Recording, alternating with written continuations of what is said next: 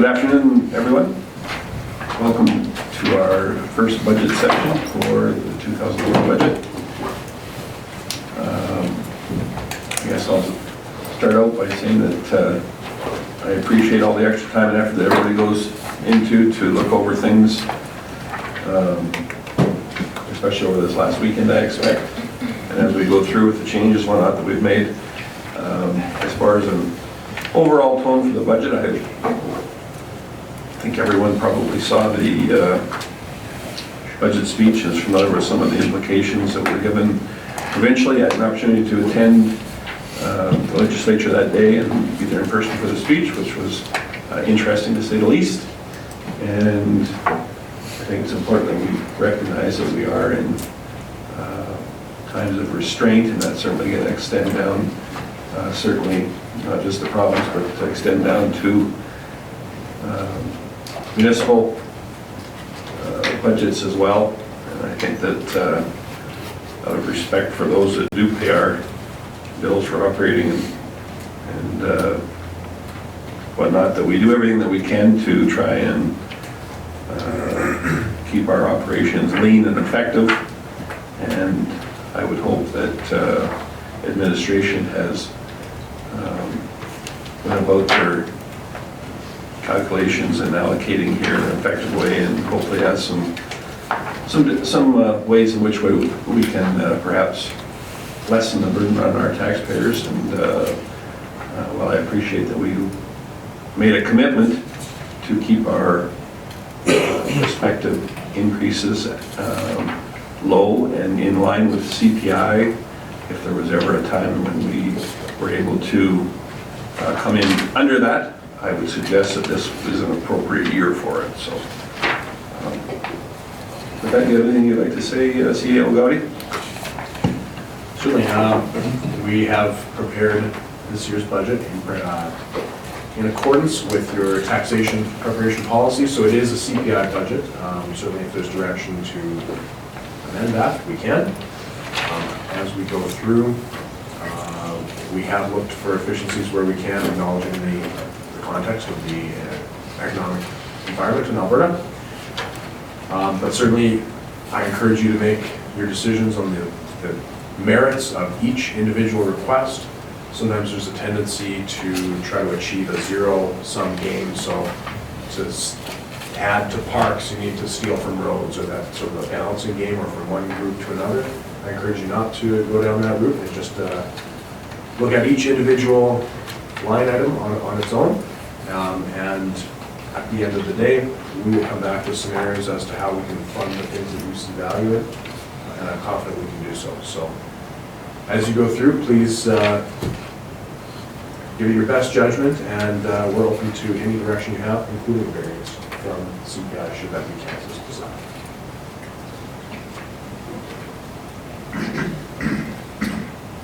Very good, thank you. So, well, we have no set way that we're going to go tackle the many departments and areas of the budget that we have before us. I would suggest that we start perhaps with the 10-year capital plan, and then drill down further from there into the current year, and then after that go through operating. Just so everyone is clear process here, we've got basically a half a day today, so we'll see what we can accomplish. And a full day session tomorrow and the day following, if need be. So, does that seem like a worthwhile route to go to begin with the 10-year capital plan? Yeah, Gowdy? Yes, that is what I would recommend, in fact. So why don't we start with the 10-year capital plan? And the reason that I would recommend it that way is that we're going to start from our highest level outlook, and then once you have your 10-year capital plan in place, of course that will set the 2020 capital plan. And then once we have the capital plan, it's required, and so we can make the operating budget. So just in terms of the operating budget, you had mentioned going to the legislature for the budget, and certainly we have been affected However, the operating budgets that are in front of you today don't recognize all the implications of the budget that was released on Thursday, because of course, just logistically, we had to print these earlier than that. Maybe you could just highlight a couple of the changes. For the operating? The operating, just since Mayor Creasy mentioned the legislation, let everyone know what the impacts are for the city of Macomb.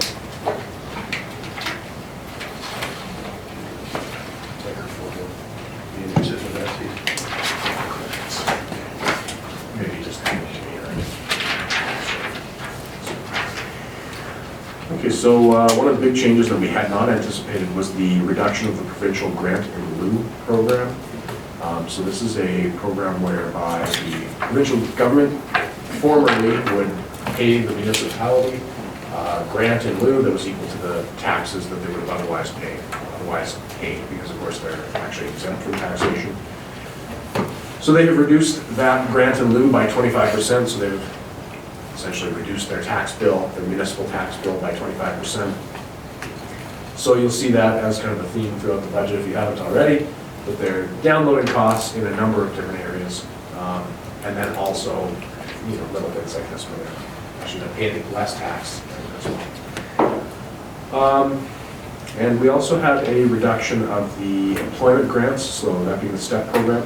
In 2019, those totaled about $12,000 for us. And then, of course, a reduction to the MSI Capital program and a change to that program going forward. That's going to see a reduction of 9% and 13%, respectively, in 2020 and 2021. And as you'll see in our capital plan, that actually aligns with our expectations. It's a little bit lower than of a reduction than we had expected, but not materially. So 23% what we had expected, 25%. Shouldn't be drastic for us. Please keep that in mind as we go through the 10-year capital plan. One of the things we have done differently this year, you might notice from past years in our capital expenditures, is particularly in the network system replacements. We've shortened them up by only showing those programs or those projects that we have confidence in that are going to happen within the next 3 years. So once we're outside of 2022, we've actually rolled those into the general infrastructure types of road, storm, water, and wastewater. So I am on Appendix A, page 3 for reference. So you'll see that we have North Star Drive. We have a big project planned on North Star Drive in 2020. Valley Crescent, 58th Street, 48th Avenue in 2022. And so between the two, where we're doing design and then construction, is Brownstone Road and portions of the Highway 2A service road. We do have plans beyond that, into 2023, 2024, and so on. What we were finding is that when we looked back, people would ask, when's my road going to be repaid? And we'd say, it looks like 6 years out it'll be repaid. But the system does not have the level of sophistication, nor do we have the level of confidence in it that it would actually be delivered within 6 years. So within the next 3 years, we have a fairly good level of confidence, and then we do have plans behind the scenes, where we thought rather than set up expectations that really are not met, we would show the totals that we're spending on those infrastructure types. And as we move into a more mature asset management program, which we have been working on with council and will be in the future, we'll be able to provide a much higher level of confidence in that decision-making for the network system replacements. That's the only real change in the way we've budgeted this year. I'm going to move back now to page 2, which is the capital expenditure summary.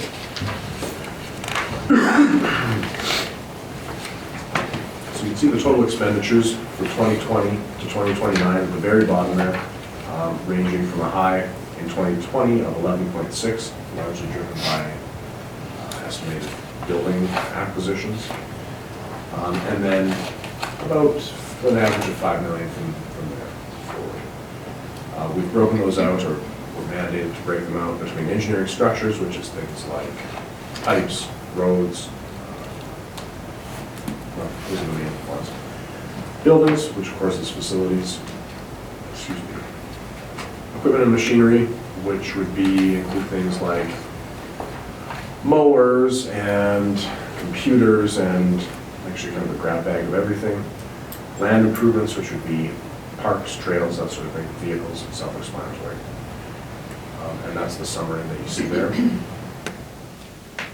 I guess I will move into network system replacements and ask about any of the specific roads that have been identified for the next 3 years. So, as you weren't getting into individual specific items, but I just noticed that on the land improvements there, the amount does not appear to include the trail work around Lake Elizabeth, I believe it was, that wanted funds that have been set aside for quite some time. How does that fit in there? So that is actually just an accounting matter. Thank you for pointing that out. Well, not just accounting, it's a matter of approvals. So the budgets for the work that you're talking about, improvements to Elizabeth Park, have actually been already set aside and approved by previous councils. The money is available with grant approvals from the province. So it's actually sitting in deferred revenue that will be recognized when those expenditures occur. So they don't show in the capital expenditure summary because these are only approvals for new projects, whereas those would be considered like a work in progress or previous.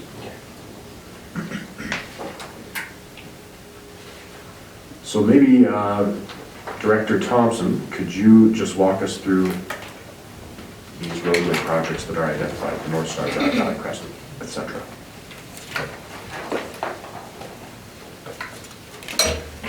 Yes, absolutely. And so starting with North Star Drive, this is a continuation of some of the work that occurred this year in replacing the underground mains. And included in that, of course, is the replacement of the road surface. And so this is renewal work that is continuing from this year into next. Much the same for the Valley Crescent work as well. This is planned renewal work to replace the mains to ensure that they have maximized their service life for the residents of the area. Moving into 58th Street, 49th Ave to 50th Avenue. Again, looking at replacing the water mains and wastewater mains in that area as well. Again, renewal work based on condition of those assets. And same continuing all the way through 48th Ave as well. Brownstone Road, as the CAO had indicated, engineering will begin next year to determine the best course of action to repair that road with an expected construction schedule of 2021. And then same with the Highway 2A service roads. Engineering for that is actually ongoing this year, and then with the construction of service roads planned in both 20 and 2021. And that'd be renewal work based on the poor condition in certain sections of that road are underway. Thank you. Just continuing on to page 4, can you talk about the project 13A, 58th Street, curbs, gutters, and sidewalks?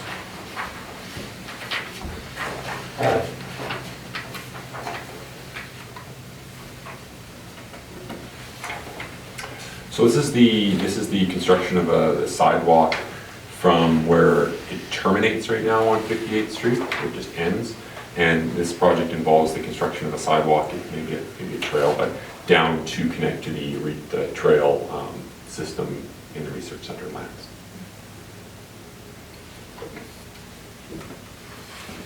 Sure. So just continuing on, the frost heave repair was an item that council had actually requested to be completed this year. But once we went to our engineers to talk about what the solution would be, they said, well, actually, we need to see it under frozen conditions to see why the frost lens is occurring. So that will occur next year. We have some improvements for the downtown area, that being next year's work being the public consultation and development of a phasing program And then moving into actual work in 2021. Drainage improvements, sorry, and I guess I will just be specific about the dark improvements there. It is that work at 340,000 is estimated every 2 years. That was the 1.7 million over 10 years that council had approved. But just because of the rolling up feature of the budget this year that I talked about at the beginning, it doesn't actually show in 2023 and 2025. It is in the amalgamated ones in the network structures above. We have a drainage improvement in the downtown planned for next year, as well as West Jackson Industrial Park. Those are existing drainage issues that we unfortunately have inherited, but we've worked on some improvements that I think will help the situation quite a bit. The Lake Anne, Crandall Lake elevation, water level elevation work is planned for, in this plan, 2020, the design work, and 2021, the construction. Sidewalks and Fairway Drive have been estimated for 2020, and I should say that the funding there does assume a similar level of local improvement contribution to what we included in this year's budget. However, we are, as according to council's direction, not moving ahead with that until we've developed a local improvement framework through which to proceed. And then general roads infrastructure improvements have been consolidated thereafter.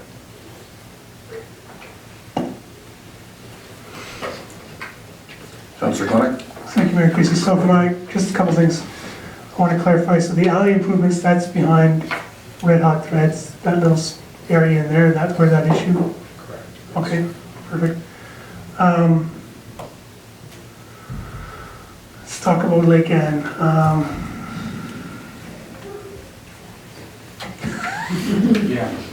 Yeah, let's talk about Lake Anne. I don't know. So the 120 is just design and just It would be design and environmental approvals, investigations, that sort of thing. yeah, I don't know. There's a buzz around here that I think suggests that maybe we shouldn't be going down this road, but I'll let others check in.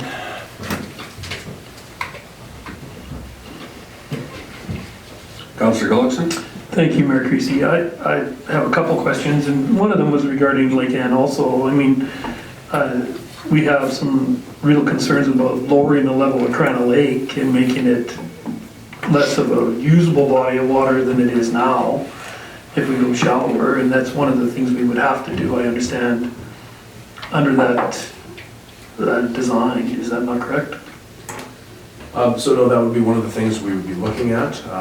For sure that was involved with the gravity system, although I believe Crandall Lake was down about 8 inches this year over what it has been in the past. However, there are pumping options that wouldn't affect Crandall Lake necessarily, and so we'd be looking at those as well. I did want to add that we have an infrastructure master plan also included in the budget that includes an assessment of this project for whether offsite levies would be, how much offsite levies would be funding this project, would be expected to fund this project. It would be some. However, there's been a concern expressed in the past, which I think is valid, that a lot of the areas that an offsite levy would apply to for this project will not see development within a 25-year horizon, which is about where we cut off our funding threshold. My other question was regarding Brownstone Road. I've driven it a few times lately just to get a better feel for it. It seemed to me that roadway is to a point where there can actually be some damage done to certain vehicles that drive down that road, like low cars, like a Corvette or whatever. And is there any possibility of moving that project forward? Yes, I believe we can move that project forward. Wasn't expecting such a quick answer on that one. But I think we can. It is a matter of capacity for our engineers and our engineering team, but if that's council's direction, yes, we can advance a design and I'm sure move on that project and expedite there. Councillor Jacobson. Sure, so two things. So first on the Lake Ann issue, and I confess my confusion at our last council meeting was because I wasn't here for that meeting when it was voted to do this. That's why I was unaware of that motion. But I suppose I have an ethical problem with us moving ahead with this at this point, for the very reason that we just canceled a major service in this community for financial reasons that had a significant detrimental impact on a very small number of low-income families here. So then to say we're going to move ahead with, albeit $1 million, which is a hit of, I don't know, $40,000, $50,000 a year, of a project that is going to only impact a very small number of extremely high-end income earners, I don't think I can ethically support that. I got a problem with this project. We're not in any need for residential lots at this point in economic development in this community, especially not estate-type lots. I understand the concern of opening this up so that there can be potential for amalgamation of Rosedale Valley in the future, but I just don't think in this economic climate this is even remotely on the radar. And especially again, given the sentiments that this council expressed in the cancellation of a different service previously. Second, regarding Fairway Drive, again, I have heard so much anecdotally now over the wintertime of folks who have zero interest in any taxes being levied on them, who live along there to do anything on there, that I'm in a lot of confusion about this, and I would prefer to see it pushed back for a year or two in favor of that Brownstone Road, which is obviously, in super need of repair. I mean, this is a $500,000 is a significant chunk of change. I don't feel that we have this Fairway Drive thing down yet, and it has to do with the consultation and even understanding if this is even wanted by the community, especially when, again, citizens are going to be funding this. So I would speak very much in favor of pushing Fairway, if not canceling altogether, pushing it down the road until we get this consultation piece figured out so we have a very clear set of lack of a better term, rules on how we're going to determine both resident participation, the tax burden, and the threshold that needs to be met before we're going to greenlight a project like that, before we get that down. And again, because I think Brownstone is much more critical, I would like to see that one pushed back in favor of that. Thank you. Councillor Ross. Thank you, Mayor Creasy.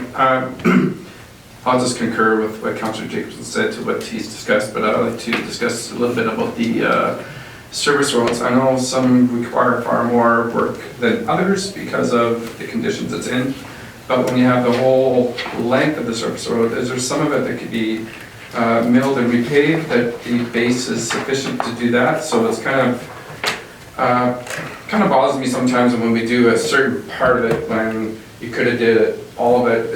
I think it gives a better perception to the citizens. Like, I know you split it up and then you go back and extend again, but it's sometimes makes sense with perception and so forth of dealing with it all. But I obviously realize it takes a significant amount of funds. So, Chief Gotti, would you care to handle that one, or? I absolutely will. Would it be possible, though, for us to, just on maybe the Lake Ann one, get an indication from council whether you want to see that deferred or kept in the same year? I think it would be easier if we kind of go to each project and get some direction, and then we'll do the service road one. Would that be acceptable? By all means, it would. Some more input prior to doing that. It's a logical way to go about it. That's fine. So we're doing this through motions, or? Somewhere on this side had their light on. Have I missed anyone? No. Well, then we can go directly to that. If there's no more input on these items, we can discuss their We going back? the way that they're suited into the schedule. Yeah, we'll for lack of a better way, let's just go through them. Ones that are brought up for change, either an implementation date or whether they're included at all, and just work through them, talk about. Okay, sounds great. Okay, so I did hear some discussion on Brownstone Road, and that would be advancing Brownstone Road into 2020. And so we would be bringing the full amounts from 2021 combined with 2020 into 2020 and trying to complete that work before this time next year. I just, Councillor Ross? all due respect, thank you, Mayor Creasy, that being on the airport committee, I know that they're gonna want some input of services into that. Just speaking on behalf, because of, for fire hydrants and so forth, so, of which obviously I'm sure you'll do anyways, but that may have some higher implications. Appreciate you bringing up that as a reminder. I actually spoke with that, with Director Thompson earlier, and they're well aware of it, and I'm sure that that will be an expectation that it's included in whatever work is done there. But thank you for the reminder. So you just want an indication of these? We want motions, how are we doing this? Just an indication this time, because it's going to be reworked anyway, right? Yeah, I think because it is a committee meeting, I would ask, rather than resolutions, maybe just proposing something and thumbs up, thumbs down, thumbs to the side is a Very good. think about it and talk about it. So the first one we had then was Brownstone being advanced to the current year, was that, To 2020. okay? Or the current budget year that's under consideration? Councillor Hoekstra, go ahead. Quick question. If we do that, I know that CEO Gowdy said do everything on its own merit, but in order to put that all into 2020, what will get pushed into 2021? In the capital budget, it's not really, The same? it doesn't really matter that way. We look at the 10-year funding and that's how we projected it out, so we will adjust accordingly. Councillor Hoekstra, did you, I'm sorry, were you referring to the financial implications or the capacity of our staff? Financial. Okay, very good. So let's have an indication then who would like to see Brownstone advanced. I think that one's pretty clear, that would be a yes. Next. So the next one that I heard some discussion on, started was the Highway 2A service road, and perhaps just in the interest of chronology, we go over that. So to be more specific, service roads, that's obviously from 63rd all the way down to, I don't know what the south end is. So the plan for the service road, the engineering is underway right now, and they're looking at the full length of the service road. The intent was to tender the full length, so we have certain budget numbers, and then spread the project over 2 years as per the budget. But certainly that could be a 1-year project or a 2-year project, and it would be important for us to know that, so that we can tell businesses and help them, so they can prepare for the So construction. do you want a specific 1 year then? Does that better direction than 2? If that's your desire, then yes. Well, to I'm just consolidate to 1 want year. clear direction to make it simple, 1 year or 2. So if I say 1 year, then we can go a year, maybe 1 year. So, yeah, and I guess I'm wondering, because this is one that is rather disruptive to businesses and whatnot, is this something that we really want to do at this level? Or if it makes sense with contractors and they have the ability to do so in a year, is that only the indication we're giving? Or do we want to specifically say this needs to be done in 1 year or 2? I'm just not sure that's necessarily to our advantage. What do you? I guess sometimes I feel like as council, sometimes we get scrutiny or perceived as, okay, you're doing half of it and then coming back the next year, whereas when you come back the second year, people say, well, why didn't you do it the first year? It just seems sometimes, obviously, I guess, and it's just my assumption, do you get better numbers, better quotes when you have the equipment there, you do it once, and that's just my train of thought. So I'm maybe wrong, I know it's a disruption, but it's not like you're disrupting, anyways. Councillor Gullickson? Thank you, Mayor Creasy. I drive the road a lot. I think there's certain areas that are critical and need to be done right away because there's, again, being damage done to certain vehicles, and I would imagine there's been the odd tire turned into the city for repair and different things. The north part of it is not nearly as bad, from 63rd Avenue south to the entrance into English Estates. But south of that, I think that whole road should be done, hopefully all at once, with coordination with all of the business, and then I think it could be worked quite easily in my mind, to do it all at one time. And I'm not sure about the structure. It seems to me that part of the base looks like it might be in way better condition than other parts of it that haven't broke up. I'd like to see it all done at once, at least that portion from entrance to English Estate south to Woodland Drive. Councillor Conick? And that's what's indicated on here, so they're just doing that section next year, and then the other section further to the south the year after, and I think that's what Councillor Ross was alluding to, we wanted the whole stretch done. But we, as Director Thompson alluded to, we bid for it in 1 year, right? So it's just, we just spread it out over 2. So the price isn't gonna change if we spread it over 2 years, correct? It won't substantially change. You're probably gonna pay for an extra mobilization, demobilization. There might be an escalation or reduction in the cost of asphalt over that time, or diesel. We often have a rider for the price of diesel. It wouldn't substantially change though. Right. Oh, I don't have a problem with the way it's presented now. I think trying to do that whole stretch at once, I think that could be a little disruptive. I mean, if you come off of 280, you can't go south or north because the whole service road is being dug up. I think that would be, I'm fine with the way it is now. Councillor Ross? Like Mark said, I agree with Director Thompson. You bid the whole thing. It doesn't mean the final decision is maybe you have option 1 or option 2.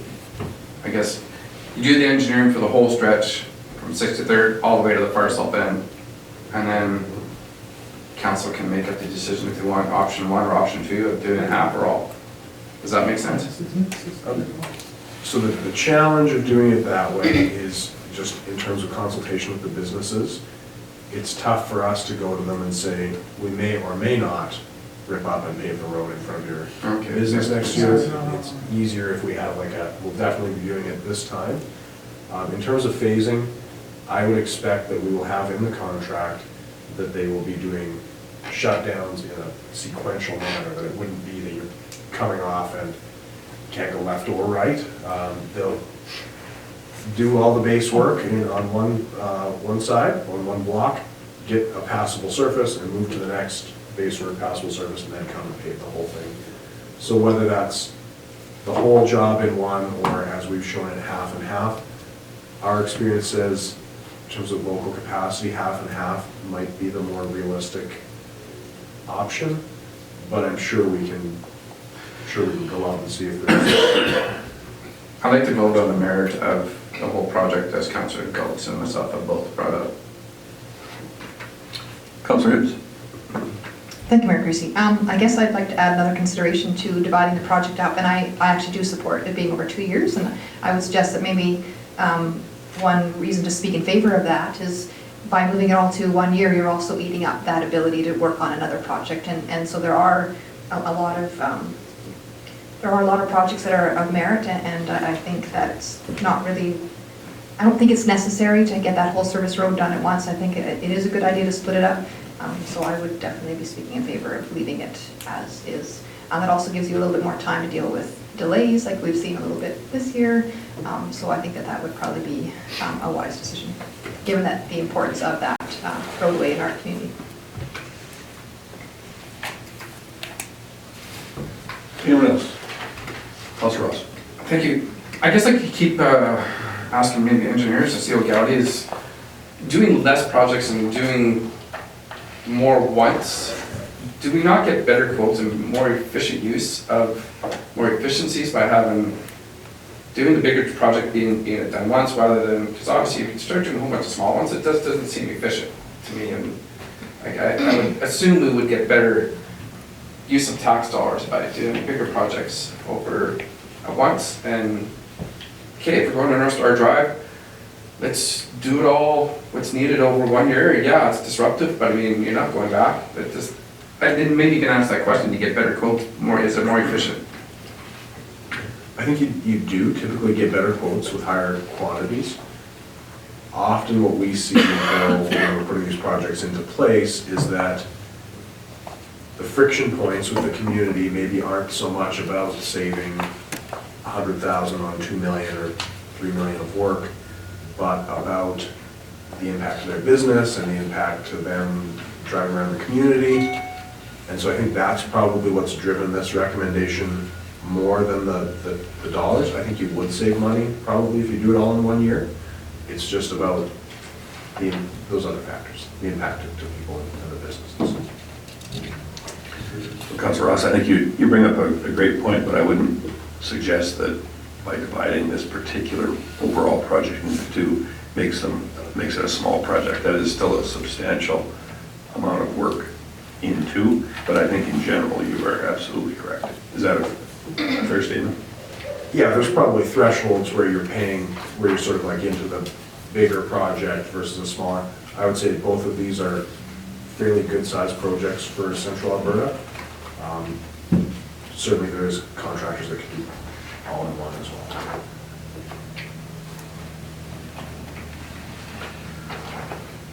So I don't know how we're going to communicate on this one. So we can jump to that and just say 1 year or 2 years. Councilor Jacobson. I just had a question of clarification for Councillor Hibbs. Did you mean financial bandwidth or operational bandwidth?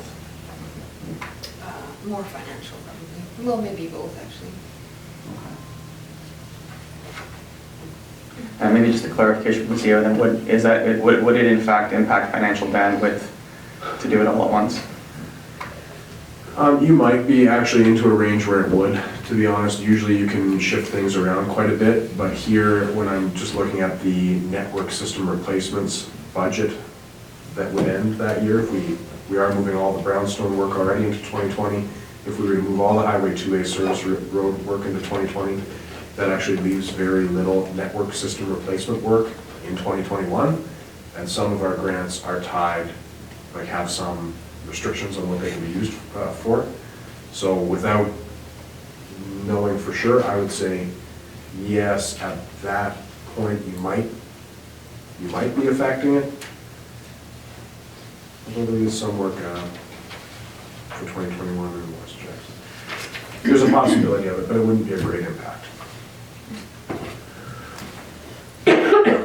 So just to throw another screw in the works here, would anybody reconsider their indication on brownstone if in fact that financial capacity was an issue? I wouldn't expect so, but I thought I'd better ask just so we're clear. Very good. So we will continue on there. So basically all we're after is an indication for 1 year or 2 years, or for the project pertaining to the service road along Highway 2A. Yes, and I would add that if council's selection is 1 year, we would just want to be sure that it's 2020 or 2021, that we get really clear direction there. Would you tender brownstone and the surface roads together since it's so close? We usually do the whole thing as a package, as one package. I'm not sure that it would actually be the same crew doing those two, because one involves a lot of residential servicing work tie-ins, and the other one is highway work basically. So they would be tendered together. I'm not sure if it would be the same crew. So from my perspective, naturally, I would prefer to have all of the work done in 1 year, but I'm just not prepared to force it to be so in light of the work that's involved for both the contractor and our own forces. I'm just not sure how this is necessarily going to add up to savings in either of the areas that we discussed. So that being said, we all have our reasons for indicating what we do. So basically then, we're going to go through it and suggest whether 1 year or 2, and then after that, if need be, we will discuss which particular year. Is that reasonable? That's fair? Very good. So all those who would prepare to see the service road work performed in a single year indicates it now. Okay. I would suggest that does eliminate the need for the second call.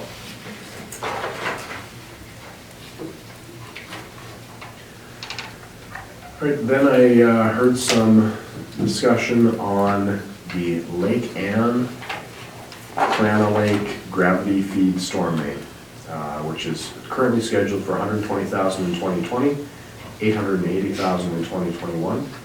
potentially to be partially funded by offsite levies, although I would say the realistic expectation would be maybe 10% to 20% of that funding would come from offsite levies.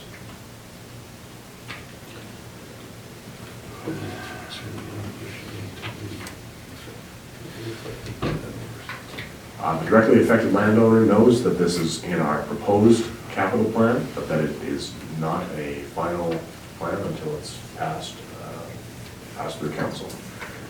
The other two aspects of this project are, as Councillor Jacobson indicated, it does potentially present a corridor for servicing of the Rosedale Valley when redevelopment occurs there.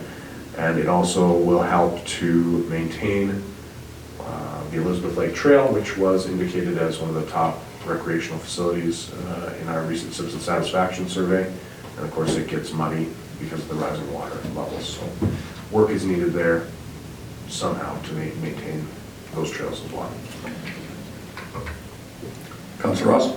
I think Mayor Creasy, forgive me for asking this, but what area was the money already set aside for trails? Is that in any area of this where that specific trail area is muddy that could be applied to that to accommodate the conditions of that trail, or am I way off? Yes, a component of the money that has been set aside would go towards improving the trail, including low spots like that. So then we could accommodate that area of interest to improve that trail without spending all this money on Lake St. Anne or whatever. Does that work? Yes, although I think you'll be fighting the muddy trail issue. This would be a much easier solution, I guess. If you were controlling that water level, it would be a permanent guaranteed solution, whereas our solutions will likely be raising the trail in some way. So what are we talking about to fix this trail? 50 grand? 100,000? We don't know. We haven't looked at it. But there's, I think, 800,000 set aside for improvements to the trail, including a boardwalk. So I suspect that there would be capacity in that project to make improvements to the trail. Councillor Connor? Thank you, when you say permanent guaranteed, I don't buy that. When you're draining one huge body of water into another one, it's not a permanent guaranteed fix that this will actually solve the problem. I think it's $1 million. No, I'm out. And just so we're clear then, this did have the possibility of including a pump out as opposed to a gravity feed, which in fact, I guess, would lean into that area more. Yes, that's correct. And I would say realistically, when we're looking at the project, I think that's more likely now when we've looked at it, that it would be a pump out solution, which provides sort of a maximum elevation within your assurances that an engineered structure is going to work. Councillor Hoekstra? Thanks, Mayor Creasy. First of all, I want to commend Councillor Jacobson. I really support his comments regarding this project, but having said that, two questions. I sort of felt like when it came up last year, we deferred it completely, but maybe I'm forgetting that conversation when Councillor Hibbs brought it up. I was a bit surprised to see it here again. I sort of thought it was gone. But secondly, I guess if anybody is potentially listening, for the citizens, why would we endorse this project to the tune of over $1 million, or just under, I guess? No, $1 million, whatever. Why would we endorse this? Like, other than improving a trail, creating this corridor, what would motivate us to spend $1,000 or $1 million that is critical? I guess I'm just wondering if I'm missing something, because I'm 100% with Councillor Jacobson. If we're talking about economic efficiencies in our budget, why would we do this? And I expect our CEO will have some relevant information on this as well. So the only rationale that I would say should be considered, a big part of the current stormwater coming into that area is from city and actually county, some county development, for which there was no stormwater accommodation required. So when we go back to, say, the Elizabeth Lake outline plans and area structure plans, they just said, well, the portion of the development, which isn't a huge portion, but it is some, it's just going to drain into Elizabeth Lake. We're not going to build another stormwater attenuation facility or something. And so there's an argument to say, well, the city really allowed the development of some of this situation, or the town at the time. And so fixing it should be partially the city's responsibility too, would be the argument. So, Councillor Jacobson? Sure.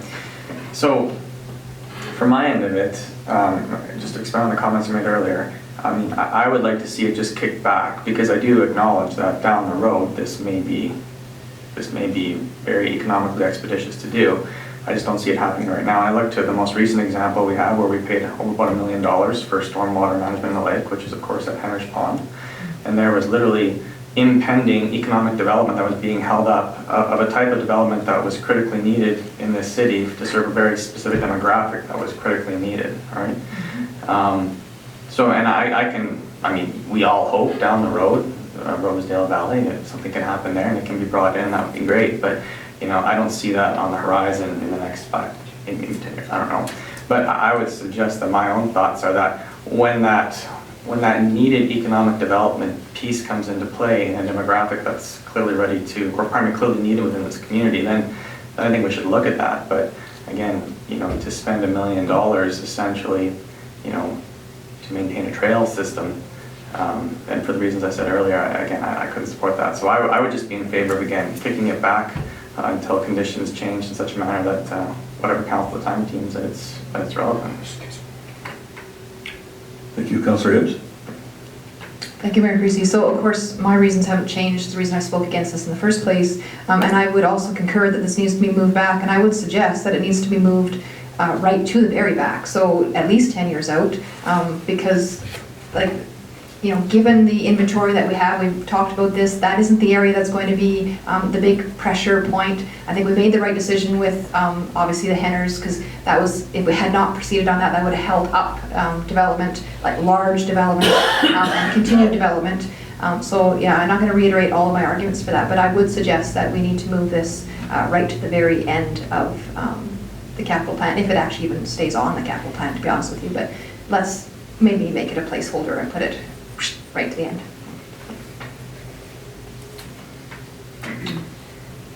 So, with regard to the Lake Ann stabilization project, is there any other input?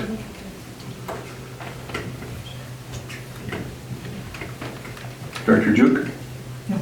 Oh, I'm sorry. No, misunderstood your. Turning out. Diego Gaudi. And I thought Director Duke was going to mention this, I guess. So we are currently working with this developer to pre-designate some environmental reserve land that will allow us to complete the Elizabeth Lake trail upgrade project. I think it would show our good faith if the project were placed within the 10-year capital plan, and we could communicate to him that exactly what Councillor Jacobson has pointed out, when there's an impending economic development need that would justify this, council is ready to move on it. However, they need to see that realism, because to have it completely removed from the 10-year capital plan, I think will be a blow to the relationship that we've worked to develop with the landowner. I guess one justification would be that our current council basically has the review, more direct review for the next 2 years, and after that things can change. So perhaps it would be advisable to put it off, at least for that length of time, if in fact at all, depending on how we vote. That's the sense I'm getting. That's the way it's going to go, though. Would that be a reasonable compromise? Okay. So with all the comments we've had on this one, just so we're all clear, those who would prefer to see this project for the stabilization of Lake Ann postponed, indicate now, please. That was pretty much unanimous. So would it be reasonable then to push it forward to the 2026, 2027, perhaps? It's even further than what I had thought, but is that a reasonable time frame? I mean, keep in mind these schedules do change, but I think that we do need to keep it reasonably current. 2025, 5 years, sound better? In 2025, with a 5-year would probably be better. Director Duke? Yeah, speaking up late here, but I didn't know quite how much to say about that. So with regards to that proposed collaboration that we've got with the affected landowner, I would think 2 years would be still within a reasonable reach, a realistic project. If you put it out 5 years or longer, it's going to look a lot less viable potential. In order to save a relationship there then for now, how about if we call it 2023? We can still keep things working together there and adjust as it goes after that. Is that reasonable? All those in favor? Anybody strongly opposed? In favor of? Taking it back past 2025, 2025. Yeah, point taken. Very good. So 2023 it is.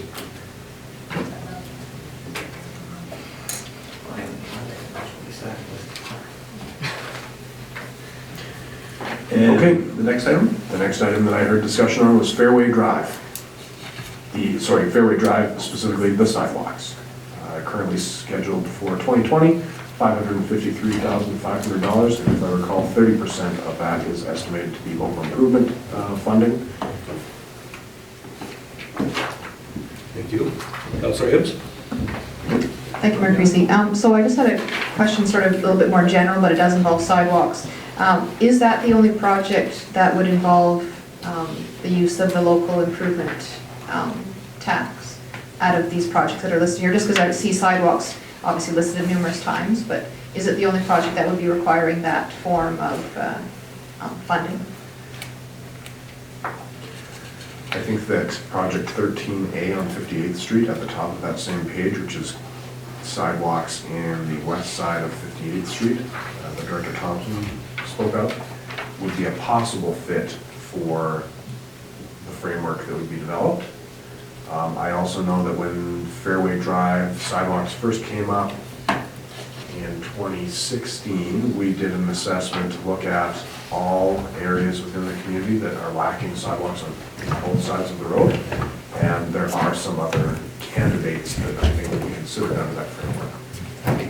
Thank you. Yeah, I realize that. I just was curious as to like what we're actually looking at here specifically for the 10-year capital plan. And then just to remind me, there is a policy being worked on then for the local improvement tax, and when are we expecting that to be presented to council?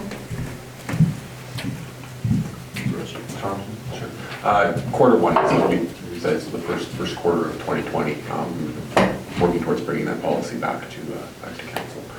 But Councillor Hibbs, you had asked about the sidewalks, if there's any other potential sidewalks that would use a local improvement mechanism. One of the projects we're thinking of when we're developing this policy is actually a sidewalk on North Star Drive. Right now, there is no sidewalk on much of North Star Drive, and we are planning to do some major work on North Star Drive as well. And traditionally, this has been the time we would look at upgrading the corridor, perhaps to include a sidewalk. And so that is another one we may ask council to consider with that new policy. And so that is the project that is listed here. Okay, so that's, I actually had that highlighted because I noticed it said curbs, gutters, and sidewalk, and I'm like, I don't really recall there being a lot of sidewalk on that road. So, so anyway, the reason I'm bringing that up and why I said it was to encompass more than one project is, given that we haven't actually got that policy in place yet, and I don't know what it looks like, and I don't know what the consultation process would involve, I think that it would probably be quite ambitious for us to schedule either of those projects, within 2020.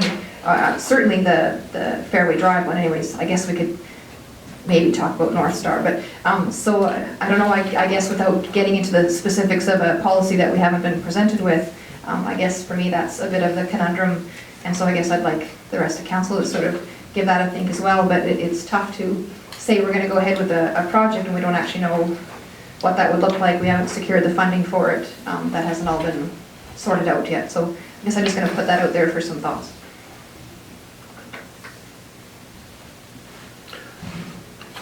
Certainly an appropriate comment, but I'm not, I guess to play devil's advocate, I'm not particularly sure that council's input is going to be more than to say if it's a certain percentage higher or lower, so whether in fact it was, pick a number, if it was that number or one higher or lower, if in fact would make a difference to us doing it or not, but I appreciate the reasonings, your reasons for wanting to delay that.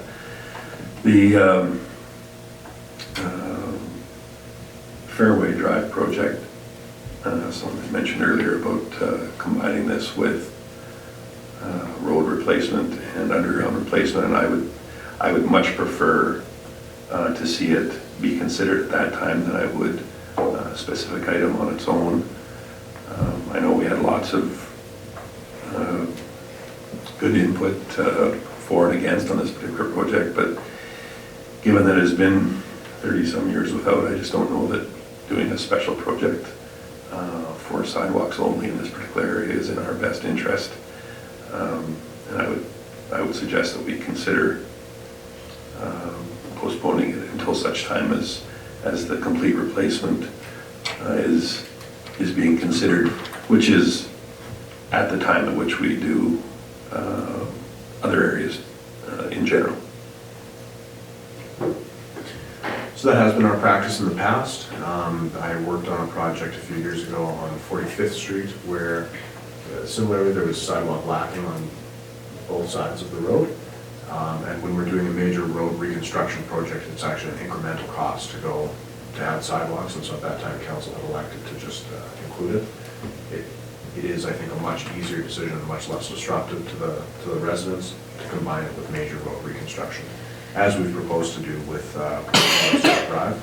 You also get that economy of scale that Councillor Ross had alluded to. When you're already working in the area, you have crews in the area. You can do a lot of the removals and base work using heavy machinery rather than a sidewalk crew, for example. Councillor Hoekstra? Thanks, Mayor Creasy. I guess my comment is more around the public consultation. We promised the citizens on Fairway Drive that if this project would go ahead, that we would have some kind of consultation. That, yes, we got feedback, as Mayor Creasy said, but it was rather ad hoc, and a lot of it came even, I asked people, it wasn't like they even knew how the project was coming, that it was coming down. So we might have input about percentages, like you said, but I guess I would like to be more actively engaged in truly consulting this group of people, and if we're gonna go ahead with it, especially when it's gonna affect their tax bills. And then it would apply to the North Star Drive owners as well. And it's easy for us to say we're gonna put that percentage in, but I think we need to talk to the citizens about that, and that's a very time-consuming project in my mind. Councillor Jacobson.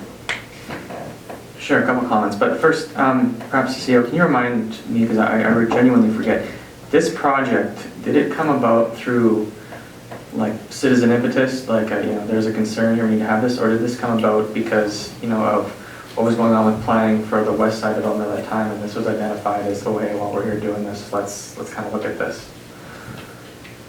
I would say it's both. There has always been a vocal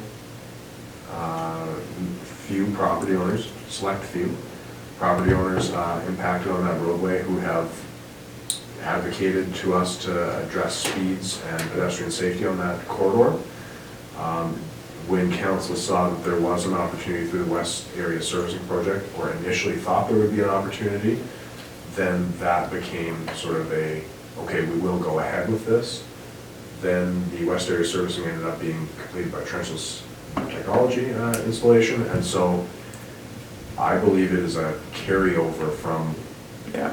when it was thought. So this is was- essentially just a vestigial leftover from that. So I guess I would concur with both sets of comments. I concur with the mayor that, yeah, I have a difficult time also, believing this has been here for 30 years, that people, there's probably very few people there who are original landowners. People buy these places understanding that this is what it's like. And then in concurrence with our sort of helter-skelter, for lack of a better term, citizen consultation that's happening right now, I would, and if it is in fact just an incremental cost to do sidewalks when we're doing underground replacement, I would think it would be much better to do that. Get this piece in place for everything moving forward, and then not have to kind of coming back at this, piecemeal, and what we're doing first, chicken or egg, or is this even needed, right? So, yeah. So I guess I'd speak in favor of both sentiments that have been expressed here. Councillor Ross? Thank you, Mayor Creasy. I agree with everybody's statements. For direction, could we just not move the 553 at least till 2021 till we do a proper consultation with, so we have consistency of what the implications are to the residents? And because I feel we're going to be down the same road where this year, we come into discussion of what cost sharing agreements, and we actually don't make a decision, and then it's not put in place. So would it be simpler direction just to defer the 553 to at least 2021?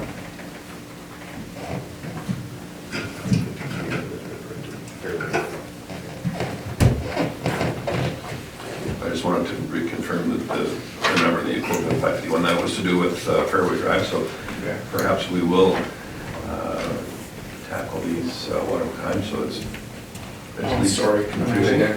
So the item of sidewalks on Fairway, then you want an indication whether we're prepared to go through with it at all within a specific time period, or include it with the entire replacement method. I think for now, the first motion that would be best would be at all. And what I am foreseeing is that we would bring, when we develop the possible local improvement framework, we will also bring an option for council to just adopt a policy that says when there's major road reconstruction along the corridor that has no sidewalks on both sides, we will include a sidewalk, and that be a sort of an alternate policy direction. So let's remove it from the 10-year capital plan. Yeah. So, deal with it that way. okay, so with respect to the Fairway Drive sidewalk proposal, the way it is in here, an indication whether you would prefer it removed from the 10-year capital plan at this time. An indication in that regard. Sorry, just to be clear, that's removed with the understanding that it would then be part of, okay, so it's okay. Yeah, removed at this time. As a separate standalone project. Correct. Councillor Gullickson. Thank you, Mayor Creasy. My only concern is that the people I've talked to regarding this, the biggest concern along that street is speed, as much as anything. And I would certainly vote in favor of setting this back if we can in some way address the speed along that roadway in conjunction with that. Certainly removing it from the 10-year capital plan is setting it back for sure. Yeah, but I think the speed limit issue is part of the sidewalk issue. I think the speed of the vehicles along that roadway and its safety concerns. So I don't mind removing it, I just want that other issue looked at too. And I think for some that, in fact, it may be connected, others it isn't. But unfortunately, we don't have the luxury of considering every detail concurrently is the only problem that I have with that, but it's a fair statement. Councillor Hoekstra? Thank you. Councillor Jacobson almost said it, but so the only way this will be reintroduced as a project that we'll consider is if citizens pay for it themselves, like, what's that? Local improvement tax. Is that what we're saying then? No, that's kind of a separate item, to be honest with you. I think what was indicated was that we would wait for a policy which clearly outlines when sidewalks would be replaced and when, in fact, the local improvement tax would be utilized and to what extent. Is that a fair summary? Yes, that's my understanding. Is that clear or not really? I guess I'm thinking about the citizens, so that live on Fairway Drive, the ones that are very passionate about getting a sidewalk. So what is their recourse? Once we've removed it off of here, what can we say to them? If it's removed off of the 10-year capital plan, it's just not seen as a priority at this time. That's not to say that it can't reappear. Right. At any location within the plan, but that would be a viable answer if in fact that did happen. Councillor Jacobson? I guess I'm really getting ahead of myself here, but I would imagine that it's really a different discussion, but the consultation or the development of a policy for local improvement tax, would that have some sort of citizen initiative? Would that be only council initiated? And the reason I'm saying is your answer to them would be after this policy is developed, if there is in fact a citizen initiative component, you could tell them, you can organize and submit as per this policy.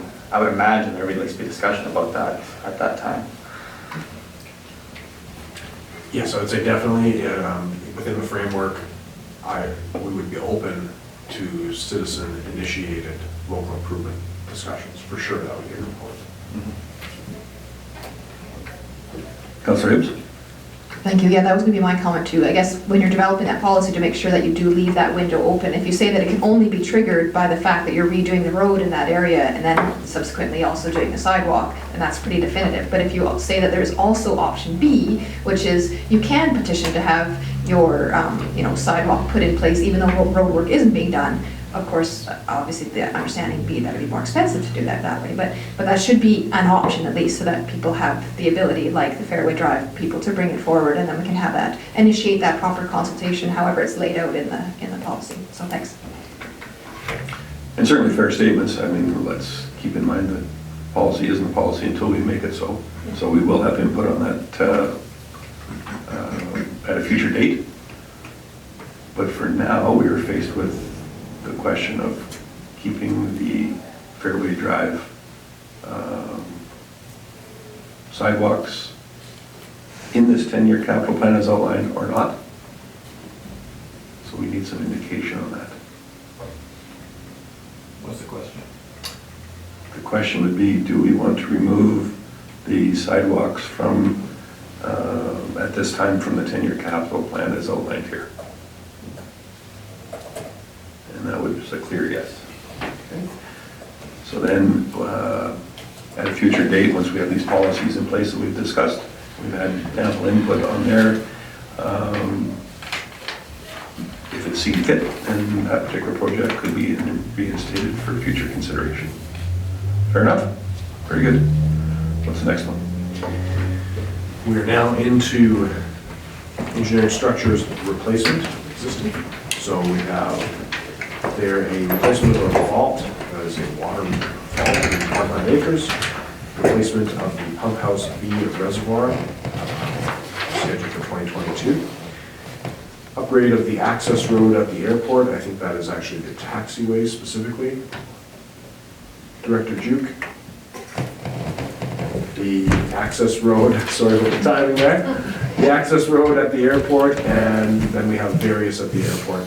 And can you just remind me, I think paving and extension of the taxiway is that 577,500 number in 2027? Yes. And the 128,000 proposed for 2021. Do you recall what that is? Is it the taxiway? No, I couldn't speak to that just here, sorry. I'm not as familiar with the plan as I should be. Isn't that, that was discussed in our minutes just the other day. Neither of us can remember it. But this is all based, this is the project cost, not the shared cost between county, city, and Lion Club, right? That's correct. So the issue that you had raised after your meeting with me was that they wanted to move the 577,500 project to 2020, I believe. No, not quite accurate. So one of the things that we're doing this year is we've agreed, the committee did agree to do an open cut inspection of the runway to determine as best we can the subsurface, the base of it, and then use that information gathered as a basis for a STIP grant application. And in the meantime, while we're waiting for a STIP grant to come through, to do a seal coat in 2020, which would be a new item on the 2020 capital list. And we've got that put together. Seal coat. The amount is $52,500, give or take. And so they have requested inclusion of 52,500, of which 26,000 or so would come potentially from the county / Flying Club. That's great. 25. So that does not appear here because it has just come out at the meeting, but there is a request that they would include a 26,500? How much did you say there? 52,000 total? 52,500 for total for the project, and then we'll cost recover half back. In 2020. That's correct. And so the question is, So I guess the question is, can we have council's direction to, yes, include 52,500 in 2020 for seal coating of the airport? And beyond that, any concerns about the airport or two water projects? That's what for the seal coating for the runway. Yes, that would be the first seal coating to the runway. An interim measure, and I'll just add that the capital planning for the airport is now sort of under review. thank you for that. Director Thompson, the proposed item from the Flying Club and the seal coating, is this something that's intended to extend the life of the runway, make it look good? What's the deal? So from, I believe the initial assessments of the runway, there's some cracking and some degradation of that asphalt. I think it's somewhere in the neighborhood of 40 or 50 years old. And the seal coating would be intended to extend the life of the runway, prevent additional water on the runway surface from seeping below the runway. And so that value there would kind of try to maintain its current state as long as possible. Certainly it's not something that's going to last for a significant number of years, maybe 4 or 5 years maybe. But certainly I know with the open cut work that Director Duke had talked about, that will help the engineers understand how many or what the base looks like, and whether more substantial investments are required to, I guess, essentially reset the life of that airport runway. Thank you. Did you guys make that? Chief Cody? No, I'm sorry. Very good. So then, once again, just to be clear, we want indication then An additional project. of the seal coating for the runway itself. Do we want to consider that? So, Councillor Hibbs, go ahead. Sorry, I just have an additional question. I just pulled up the budget that they had submitted. It was September 23rd package. But there's a question mark under 2022 across from East Taxiway Extension, rather than a dollar value being inserted in there. Can you just remind me why that question mark was there? Because I noticed in here it's just it's a zero, so like yeah. Again, I think that there's contemplation that this might be something that's warranted, given that they've just resurfaced the East Taxiway, or we're doing that now.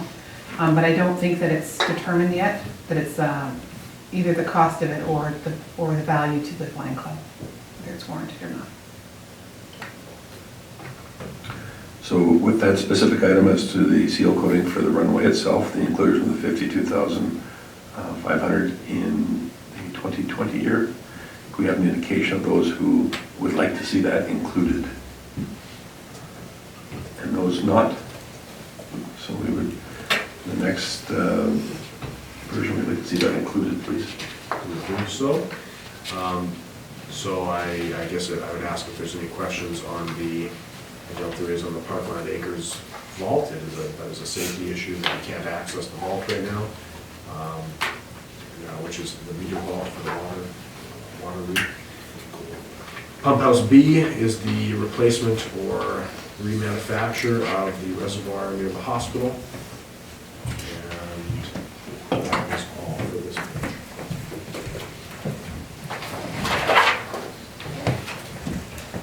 Okay, nothing further, I'll move to the next page. I'm on page 6. And I will have Director Thompson discuss the asset management plan development and some of the remaining items. So the first item, titled the Asset Management Plan Development. This is a part of the work that we've been working quite extensively this year, and will continue for the next few years. In the proposed plan, we're going to be looking at the city's growth, what infrastructure is required to support growth in the city for the next 20 years, and identifying major projects that will then feed into other discussions such as offset levies, or offset levy bylaw updates and other items. We're also going to be looking at infill developments. So as we see new infill projects come forward within the city of Lacombe, we're looking at doing some analysis of our existing infrastructure to ensure that not only we have the capacity, but where there are gaps in our capacity, that we can set forth plans to fill those gaps, either through capital funding or capital planning, or through other funding mechanisms. And so that work will continue in 2021. The 63rd Avenue and Highway 2A work, as well as 50th Avenue and 34th Street. These are traffic lights that are being proposed. A part of the asset management work, we're going to be looking at updating updating some of the assumptions in the transportation master plan as well. And so right now we're looking at traffic lights at these intersections, and certainly we'll know more once that infrastructure master plan is completed. Woodland Drive and Highway 2A. This is to replace there's a failed sensor in the roadway.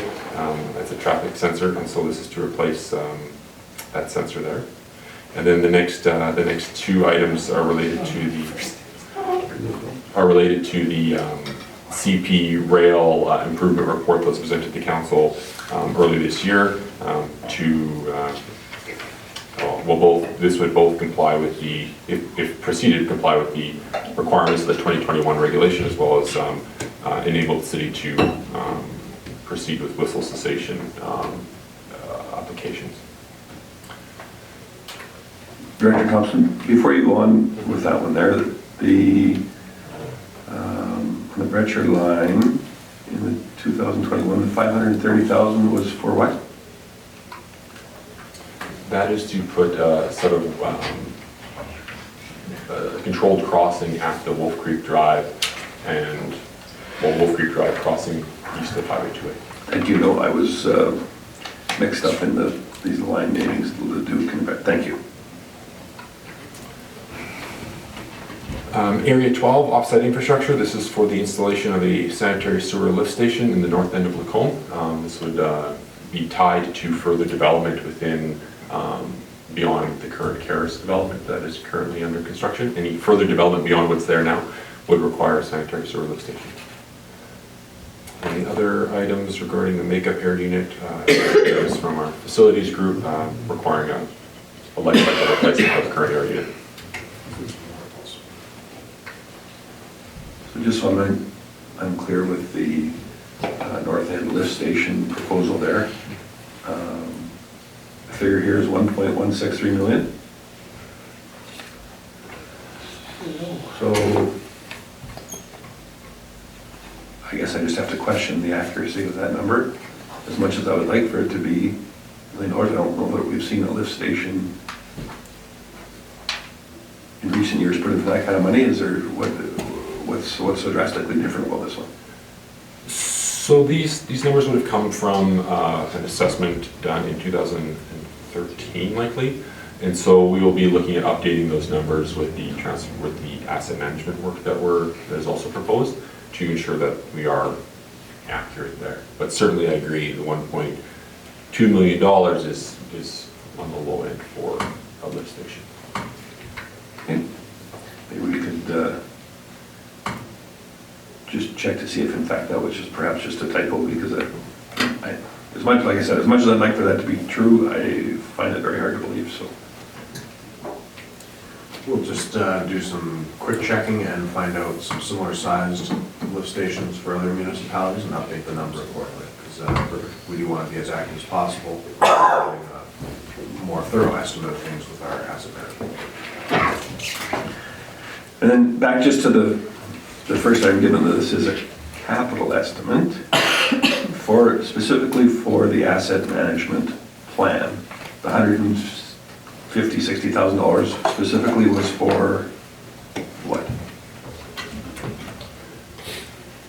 That is a comprehensive review of our infrastructure for growth, looking at growth in the future of the city of Lacombe for the next 20 years, and updating our engineering models, looking at our assumptions in the current master plans, and ensuring that we have accurate cost estimates going forward for things that are identified in the offset levy bylaw, for instance, and as well as developing a list of priorities and triggers for when those infrastructure projects would be required in the future.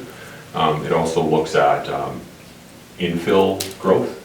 So as we get new developments being proposed within Lacombe's downtown, this will look at the capacity of our existing infrastructure to ensure that it has the capacity to support those infrastructure, that type of growth within the existing city of Lacombe. So just to be clear, I'm not doubting the value of the asset management itself, but just, I guess I'm just having a hard time wrapping my head around the idea that this is capital, so we're not, the plan itself then is the capital portion, and this is the work that goes in updated, because this sounds like third-party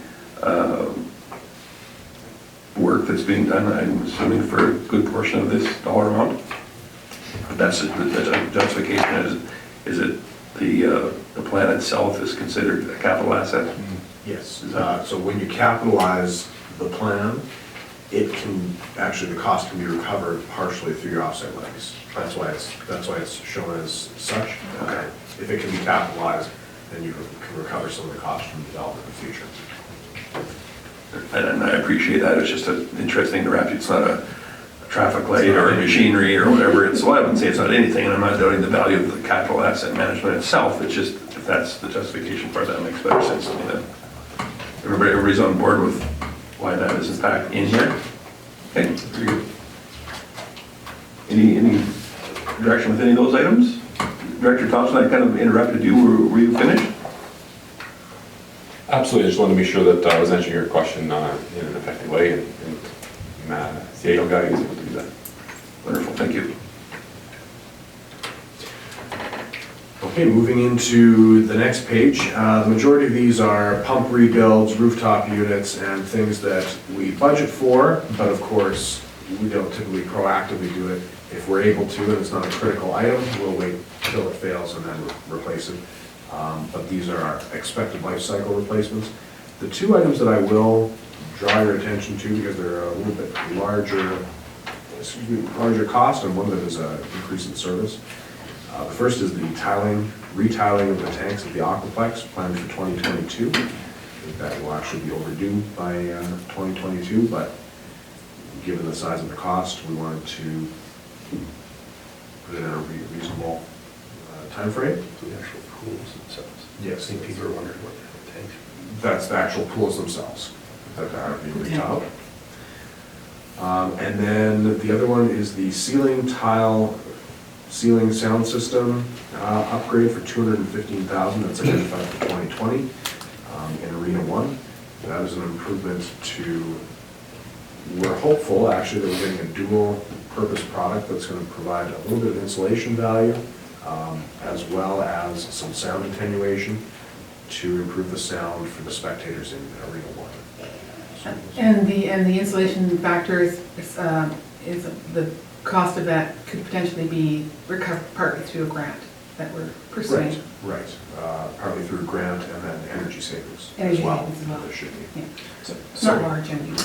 to be more specific, so not only the tiling, but you're actually gonna have an improve the audio system itself as well? Yes, we actually went out to look for specifically an improvement to the audio capacity or, component of it. And then concurrently, we were undergoing an energy audit of the entire arena and Aquaplex to look for efficiencies. And they identified this as an opportunity to say, well, actually, if you made that had an insulating value, you could save quite a bit of money. So that is a new project for 2020. There's further details in your project summaries, which for the 2020 capital budget, we've got project summaries for each one of the projects that are proposed, so you can look at further detail there as well. Other than that, I guess like I said, I won't go through the replacement, these are all life cycle costs, but I can attempt to answer any questions, or I will, on any of the items. I appreciate it. I was going to say, certainly if there's any questions pertaining to any of them, if you're wondering what they are, perhaps some of the naming is confusing. Councillor Gullickson, go ahead. Thank you, Mayor Creasy. It's not a similar product that was in the curling rink, right? That we took out? Was that silver, Yeah, that's, well, tinfoil type thing, well, foil, mylar foil? Yeah, the ceiling that was in there. No, we had the same product in the arena before, and it actually didn't have any insulating value or anything. That's why it was ultimately removed.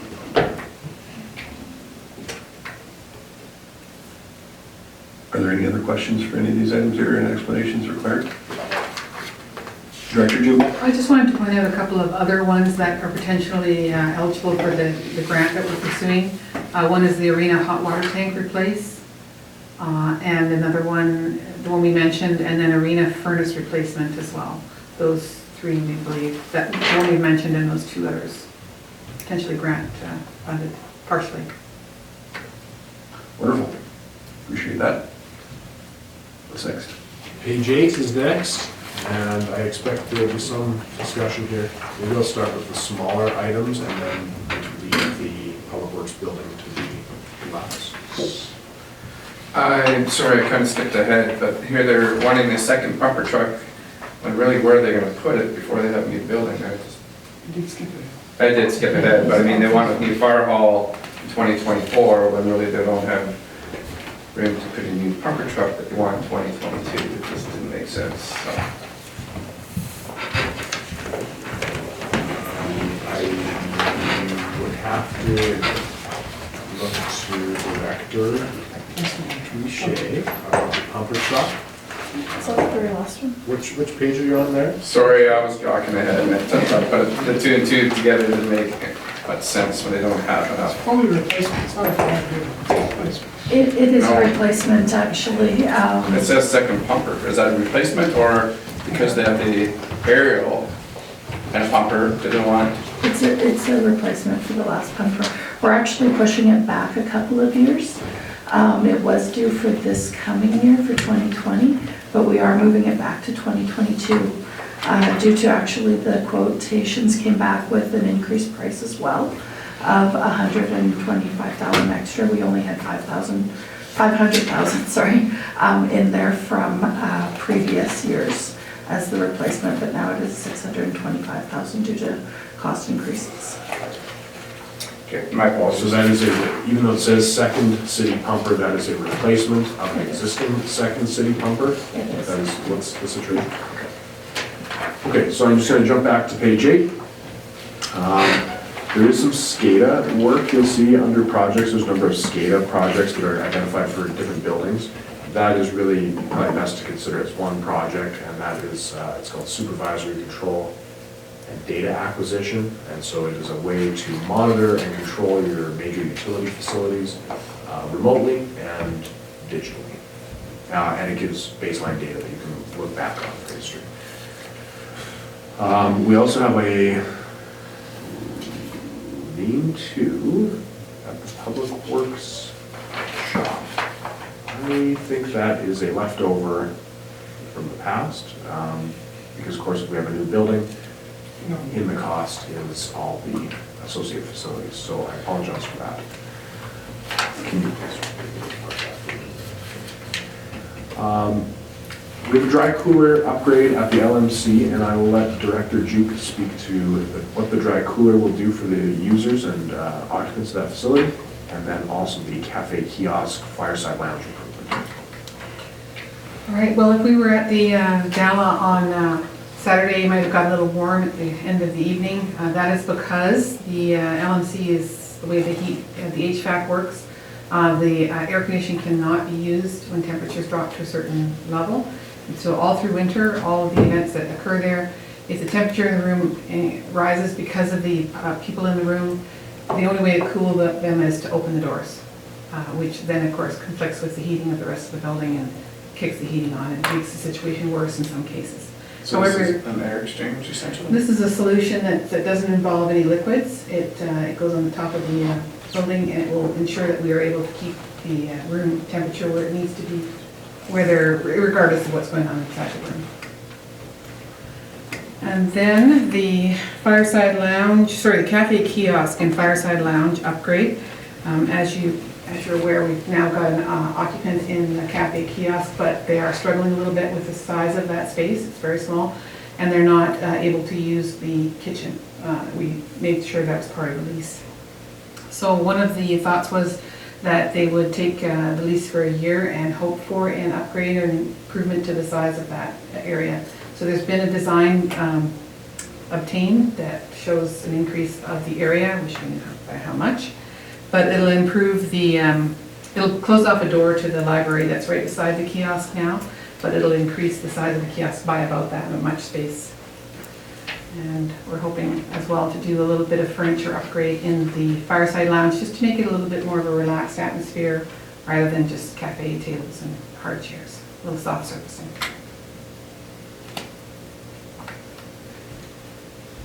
So, Councilor Ross? Thank you, Mayor Creasy. We thought previously discussed the renovations with previous presentations of that lounge, and we declined it then. And I guess now, all due respect to the tenants now, is it really going to increase the viability of that business? Probably yes, but I don't know. It was previously discussed before. Councilor Connick? Thank you, Mayor Christie. So the upgrades, the upgrades will happen to the kitchen as well? So like, or no, just? No, sorry, the upgrades are designed to increase the space there to allow for a little bit more commercial cafe equipment to be brought into the area. And that makes the whole kiosk more self-contained and more sustainable as well. Okay. You know, to be honest, I don't have a problem doing something there, because clearly it hasn't worked since day one, so I don't have a problem trying something at the fireside lounge. And this may be a little odd, but I do have a bit of a problem with the dry cooler. I mean, yeah, you know, St. Stephen's had the turkey supper on Sunday, and it was warm in there, but I mean, I don't know, just to spend $135,000 on a system we might use 6 times over the winter? I don't know. That one gives me a little bit, 115, sorry, whatever it is. That just gives me a little bit of pause. I don't know if that's goodness.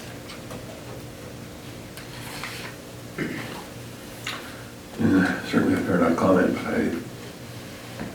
but the actual number of the proposed is 115,000. I don't know how many times, but I'm going to suggest it's certainly a heck of a lot more than 6 times a year.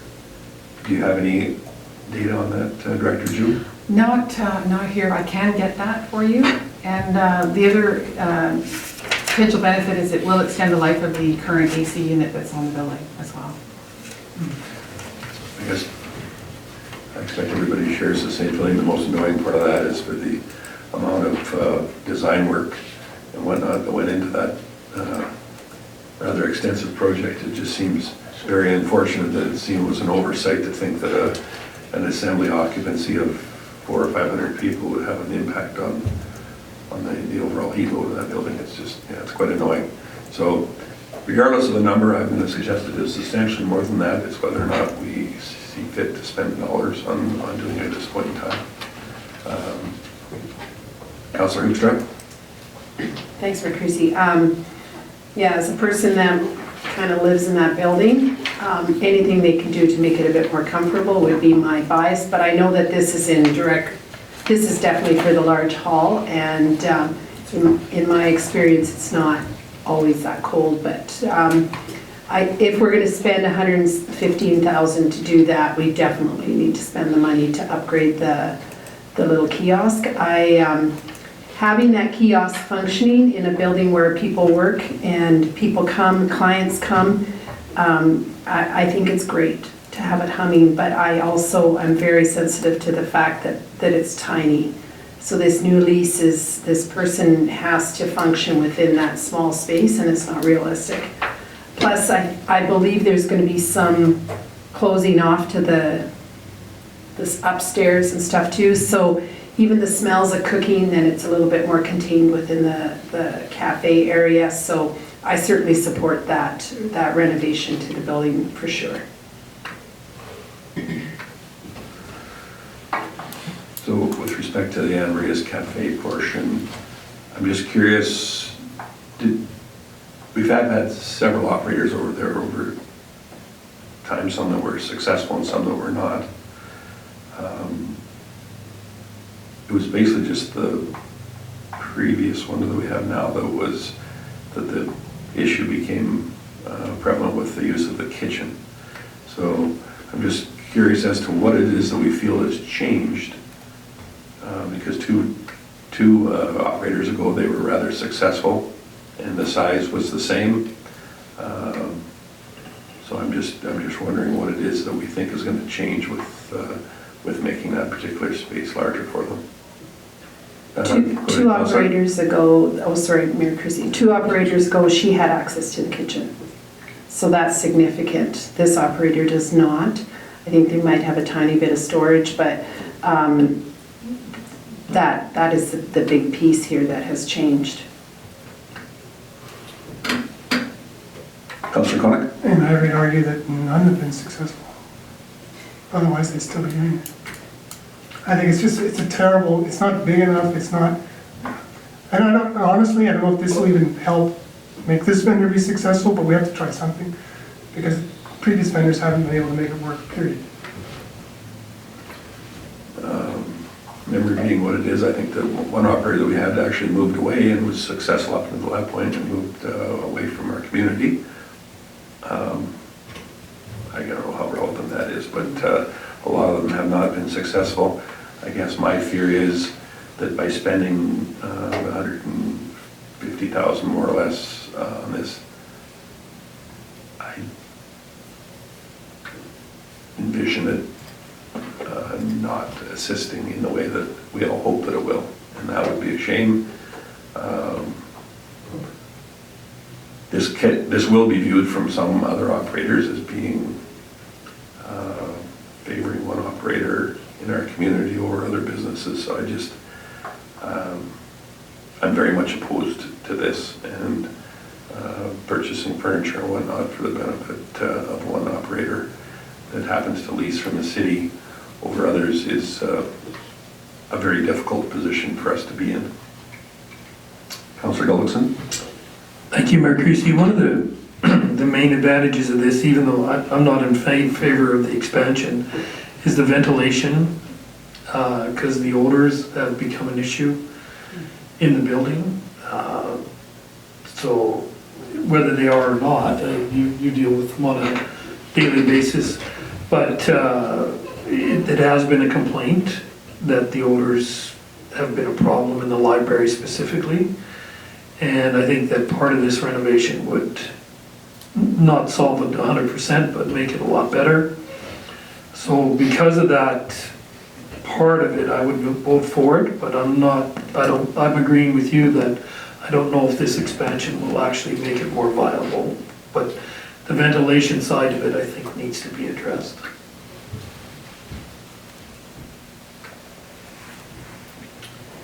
Councillor Hoekstra? Thanks, Mayor Creasy. Correct me if I'm wrong, but the furniture that would be purchased would be for use by anybody.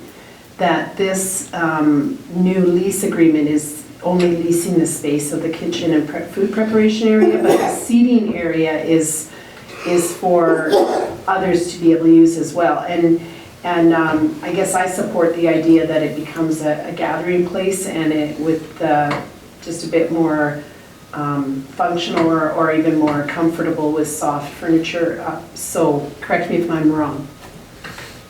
No, that is correct. And I think one of the things that is making this space viable now is that the city is not requiring that the kiosk operator actually lease the Fireside Lounge at all. That space is not leased by the kiosk operator, just the kiosk footprint. So the increasing the space and the cost is that includes some purchase of commercial equipment. Regardless if this operator stays or not, that will certainly put us in a position to be able to lease the space out and keep the space viable. The Fireside Lounge is open to renters. Anyone can book it at this point because it's not proprietary to the kiosk operator. Councillor Hibbs? Thank you, Mayor Creasy. Just two things. So this facility isn't actually unique in the community. If you recall, there is something similar in the arena. And of course, that went through some renovations.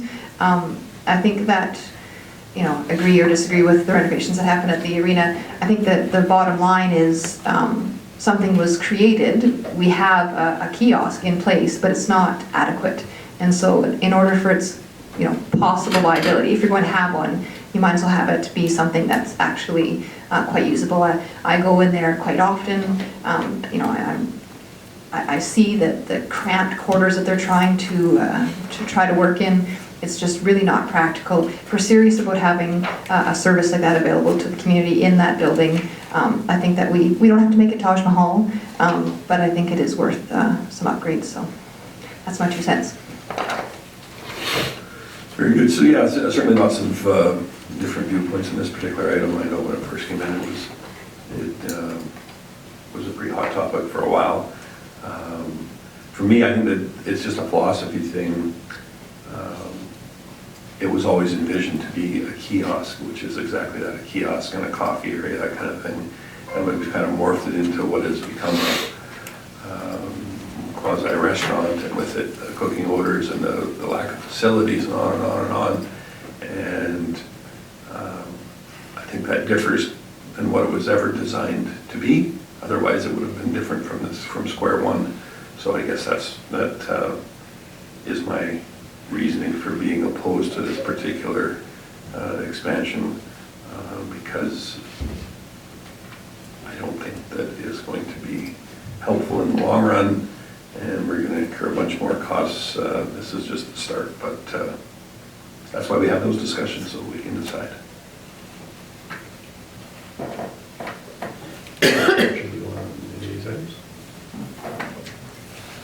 Only if there is amendments required or requested by council, but seeing nothing, I would move to the Public Works Building and second fire hall. So, Public Works Building, we've estimated at $5 million. There is an item coming to council in camera tonight. Correct? Mm-hmm. Yes. Showing the cost comparisons that were requested by Councillor Connick in terms of purchase of new buildings or construction of new buildings. So we have compared the cost of some recent municipally constructed facilities built for purpose. We've also included a cost comparison of a recent completion of a precast concrete structure here in the city of Macomb, where we have values, so we have some of those values to compare as well. I can say that a custom building does appear to be more costly than purchase and renovation, but I think the value you see here of $5 million would be sufficient. I don't know either way, but definitely if you were purchasing and renovating, with the options we proposed thus far, the 5 million would be more than sufficient. So I'll start off, nobody else has their light on. I would much prefer either, if it came down to having to postpone the Public Works building for a little longer and come up with a purpose-built facility, that would be far preferable than purchase and renovation for myself. We've been through this several times within the town and the city, and we don't seem to be getting much smarter with our experience. This is at least the 5th time I can believe that we have done such a venture, and I guess it's been somewhat of an improper use of our funds. I would much prefer to see a purpose-built facility, especially if it's not a ridiculous variance in costs from the purchase and renovation. Councillor Koenig? Thank you, Chrissy. I would agree with that. When we bought the Gross property a few years ago, we did it for 2 reasons. One, we were running out of industrial lots, and so we felt the need to buy that to develop some. And secondly, was for a public works yard. And I'm with the mayor on this. I don't want us, we can talk about more in Canada tonight, of course, too, but I don't want us to go down the road of buying a building that really doesn't suit us, even though the price is kind of right. You know, I don't want to postpone it too long. I know you talk about postponing it, but I could see us bumping it back maybe a year to do a little bit of research. But again, when I was first elected, when the mayor and I were first elected over 9 years ago, it was on the 10-year capital plan then, and then fell completely off. And I'm glad to see it back, but I don't want it another 10 years down the road. I think I agree with you wholeheartedly, but I'd almost like to see the number remain and go to an RFP or wait a year, but I don't want to push back too far. But I totally agree. Let's develop something, this precast concrete they're doing wonderful things with. Let's develop something that we want specifically, and I think it'll probably be pretty close to that mark. Thank you. Councillor Jacobson? Yeah, not to sound like a broken record, but in my mind, a public works building is really mostly about space, right, on the inside. So to me, this is a kind of building that, yeah, precast concrete or whatever, you know, the best material is something that if it's purpose built and the site is designed correctly, you should be able to plan for it to just be simply expanded onto over the next, I don't know, 80 years. I mean, I don't know, right? But it should be able to do that, right? So I would think we definitely have the opportunity right now to, again, and I really don't want to push back more than a year, but take a year, find the correct site that's going to allow for that, make the correct design that's going to allow for simply adding to it in the future, as opposed to future councils having to go through this again and do it correctly. And I would be in wholehearted support of that. Chief Gowdy?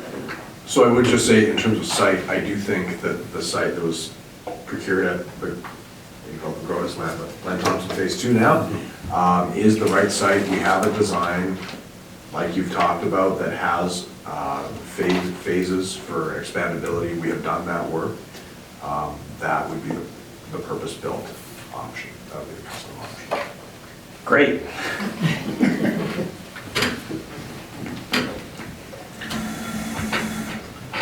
So, council needed an indication then, I'm sorry, No. is your light on? Councillor Goldson? Go ahead. Yeah, I just was wondering, like, on our Len Thompson side, in any of our judgments that'll come forward, because this really isn't doing any of that, we're just leaving the money in the budget, one way or the other, just that the land costs will be included in that also, right? As far as the new build No. comparison, like if it, because for example, if we're comparing a purchase property that comes in at, say, $4 million, and this building comes in at say $5 million for our own build, I would go for that. But does that also include the cost of the land that we're using up? Like the $1.2 million worth of land? I see what you're getting at, and I think that's something that we need to. Yeah, we'll discuss To that. discuss. I'm just wondering if the $5 million number is high enough to offset some of that losses, that's all. No, you brought about some interesting points, but there's certainly some comparisons that can be drawn with that, and as long as we're comparing Apples to apples, I wholeheartedly. And I totally am in favor of leaving this in there. I think we need to do something right away with that. So, those that are in favor of leaving this amount in here and deciding how it will be utilized later, indicate by a thumbs up now. And those prefer that it to be removed altogether. There's a pretty straightforward indication for you, Chief Governor. Very good. And we do have that discussion item tonight, so I look forward to a little further there. We also have a second fire hall, and that is also, we've had some in-camera discussions around that and why we're moving to a second fire hall, or a new fire hall, this should say, actually. This would be likely a replacement of the fire hall that we are currently in. And we've estimated $5 million over 2023 and 2024, with the design occurring in 2023.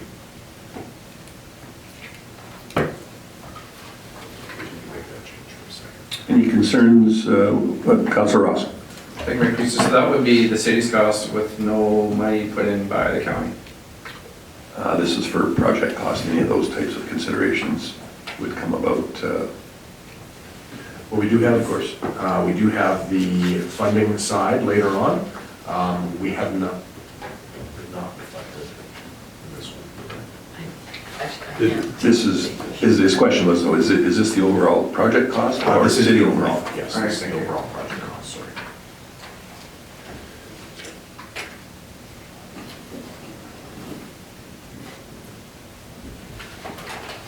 Councilor Utrecht? I'll just ask a question. So why would a public works building cost more than a fire hall? What do Well, we- there's a substantially different size for starters and different Right. requirements, but would But be one. considering, like Councillor Jacobson said, public works building's essentially just a big open space. But I guess so is a fire hall. Okay.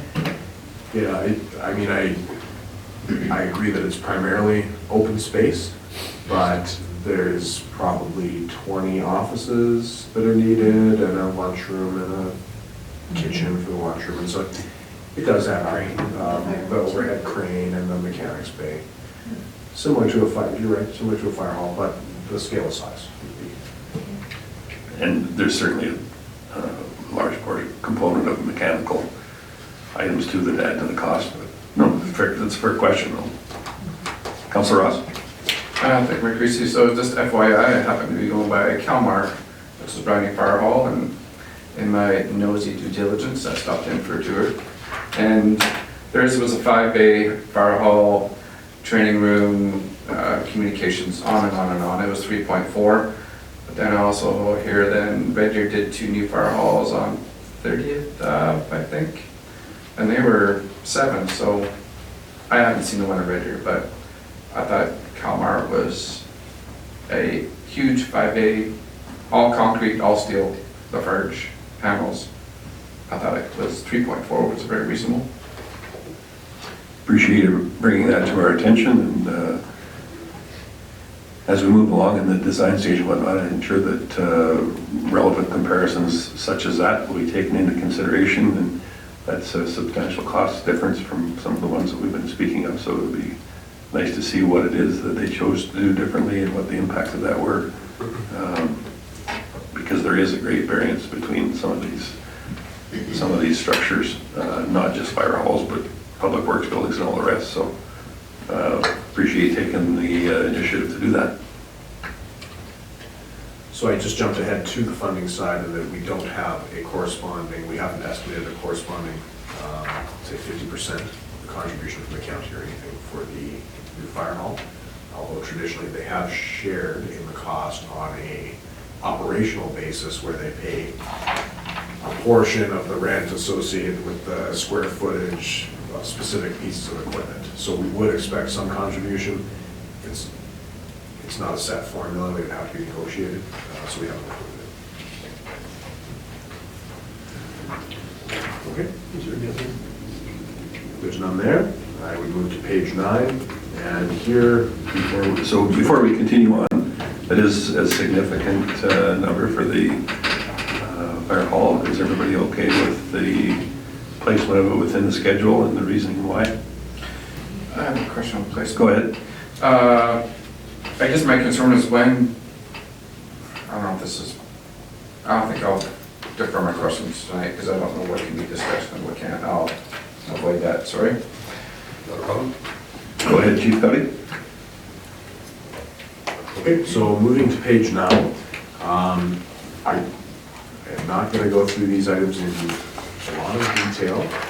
We have done a similar thing here with consolidating into various rather than show the complete 10-year plan of all equipment and all individual DVRs and stuff. We've consolidated those from 2023 on. What I will draw your attention to is a couple of new items. So we have furniture replacement, this being for council chambers, the conference room, and the staff room. We would be starting in 2020 with the council chambers, looking at an update of furniture and possibly some of our electronics as necessary. And we've included $20,000 a year for that purpose. We don't have other line items for furniture replacement in City Hall, so this would be the only furniture replacement that we're doing here. I also will draw your attention to the online permitting system that has been estimated at $30,000 in 2020. That's to take development permit applications online, simple building permit applications online, that kind of thing, which I think would be a big improvement to our level of service for some of our frequent smaller developers, that sort of thing. And other than that, there's one other, and that is the Next Generation 911 update. That is a new estimated cost in 2021. Together, they're about $50,000, just over, for the 2 lines, the new phone system and then the Next Generation 911 update. So that is a requirement, I understand, that's coming from the province to, well, actually, Director Piché, can you talk about what the Next Gen 911 is? Yes, thank you, Chief Gowdy. The Next Generation 911 is allowing more accessible access to 911 contact. It allows for text, it allows for messaging and such through different means of phones and tablets and such. To move in that direction, it is a considerable cost. At first we were trying to do it this year, but we realized that there is more to it than just a few changes of some cabling and some devices. So it has been pushed back for another year and until 2021. And it will be allowing for more accessible 911 services. Thank you. So, Chief Cuddy, I realize you're only halfway through the list, but we've got a few questions, so we'll take those rather than getting all the way through it.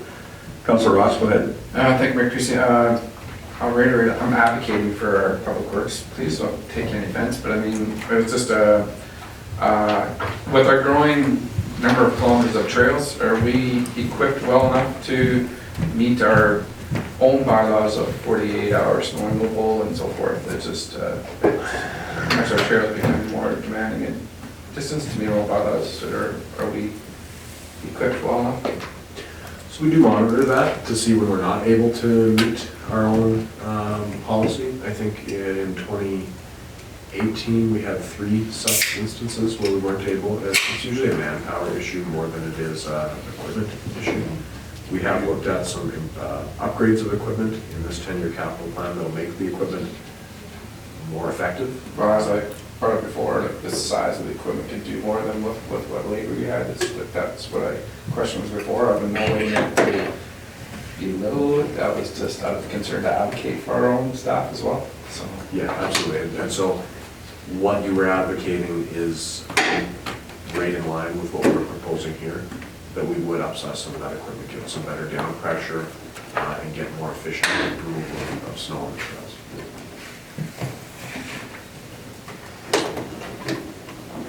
So it worked.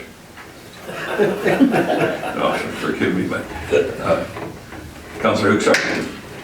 Thanks, Mayor Creasy. I guess I would advocate, if we're going to use that word, that the staff room gets upgraded before the city council chambers. We have chairs that have been comfortable for 2 years, they can be comfortable for another year, whereas the staff room actually doesn't have chairs. So I would say let's upgrade the staff room before we upgrade this room. That's where all these ones were going, though. No, I don't know that. Councillor Connick. Thank you, Mayor Christie. I have to skedaddle. I wasn't able to get off from school bus driving. There's no spare drivers, so if anyone's looking for a job, they need spare bus drivers in the worst way. So I just wanted to, just real quick, I'm just going to put my 2 cents in and then I'm walking out the door. I know you guys are going to get to LAPA soon. I support giving them money, just half of what they requested or half of what we put here. And I'm out of here, see you guys in a little bit. Thank you. Drive safely. And Chief Gotti, could you continue on with the equipment list, please? Sure, we've also got a drive-by remote water meter reader. Right now, we have completed our upgrade to remote to radio read water meters.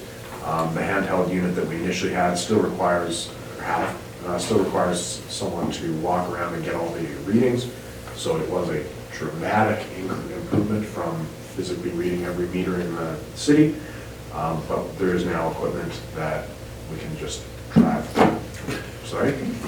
equipment through the city, and we'll have all the meters read. So we are proposing an upgrade when we replace that current reader. It is 5 years old, and beyond that. So on that particular item, so I guess I'll be the one that jumps in and asks the question, why do we have to have a system where you drive around? Why isn't it just automatically read out to City Hall or city location? So we did look at that fixed base type system. The problem is it requires a tower. You do need to put up a tower. It's about $75,000, and then I think there was licensing fees beyond that for an ongoing transmission capacity or something. There is some significant benefits to having that fixed system. So for example, you can have a reverse flow alarms come in, that if there's tampering with equipment, the city can be notified quicker. It would give us the capacity to actually notify people in more real time if we notice leaks happening in their property, that sort of thing.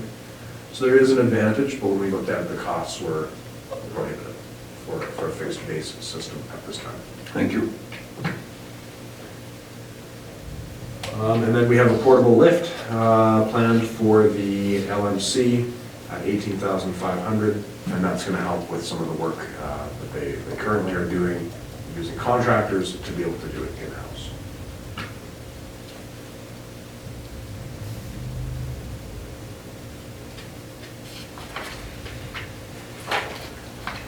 So do we have any questions or comments on equipment?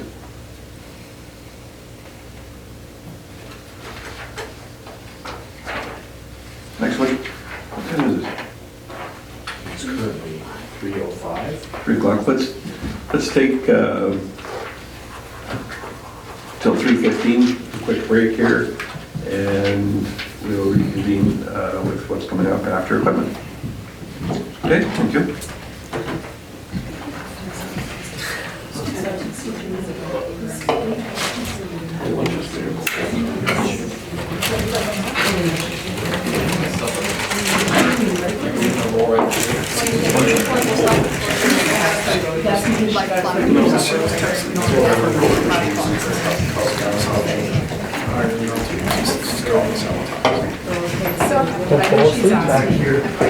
Well, actually, it's not too bad if you fall asleep. Are you guys joining their neighbor or what?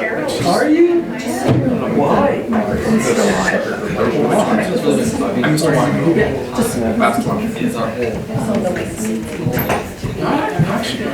Didn't know how much to say about that Elizabeth Lake project. There's a couple of other points that have been brought up about the lake level.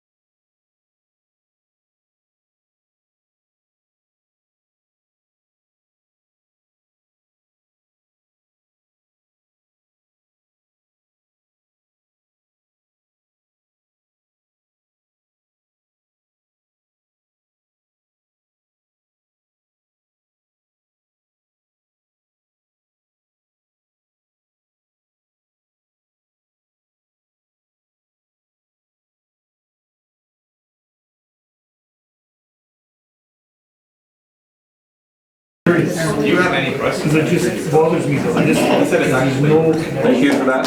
Everyone, it's time to reconvene. It is now pushing 3:20. So Chief Gowdy, I'll have you continue on. Thank you. So moving into, I'm on page 10, where we're starting. We have the Records and Electronic Management Initiative, and Director Piché is going to take us through what is entailed in that approximately $150,000 project. So what the records or the electronic documents and records management system is, it's moving all of our electronic files that we currently have in a system of what we call gen files into a software called SharePoint. What this will allow staff to do is be able to do some co-authoring. They'll have version control. The searchability will be much, much easier for all of the documents, and then we'll have proper retention on our documents. These are all of our electronic documents that I'm speaking of. So right now, in our system, we have every single document from the day we went with electronic files in our system right now, which it just keeps growing exponentially each year. This will allow us to pare this back and to be able to control it a lot easier. Director Piché, will this have a bearing on the website as well, given the massive quantity of documents that it accesses? The files right now are not accessible by the public. This will give us a outlet to be able to let files have access if need be. We are in the process of renewing our website. The contract has just been signed off here over the last couple of months, and they're just starting the refresh of our new website. This doesn't really correlate or integrate exactly with it, but it will allow us to be able to have an open site if need be. We have currently actually utilized this site when we've been doing the ICFs with our county, where we've been able to have a shared accommodations of a site to allow for sharing of files. Thank you.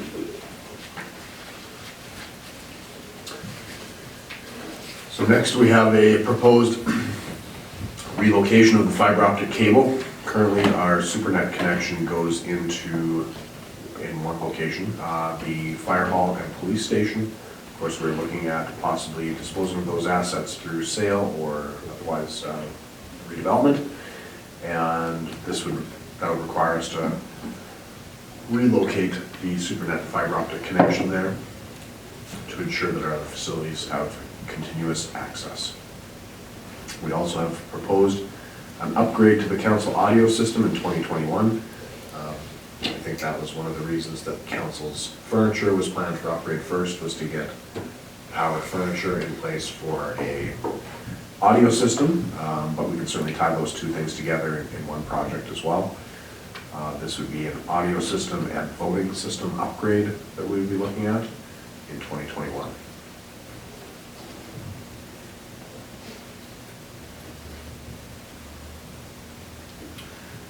Moving to page 11, we have one project there. It is a trail maintenance project, two projects. Our ongoing playground replacements, which are every 2 years for $300,000, and then a trail maintenance project specified around Crannel Lake for $70,000 in 2022 and 2027.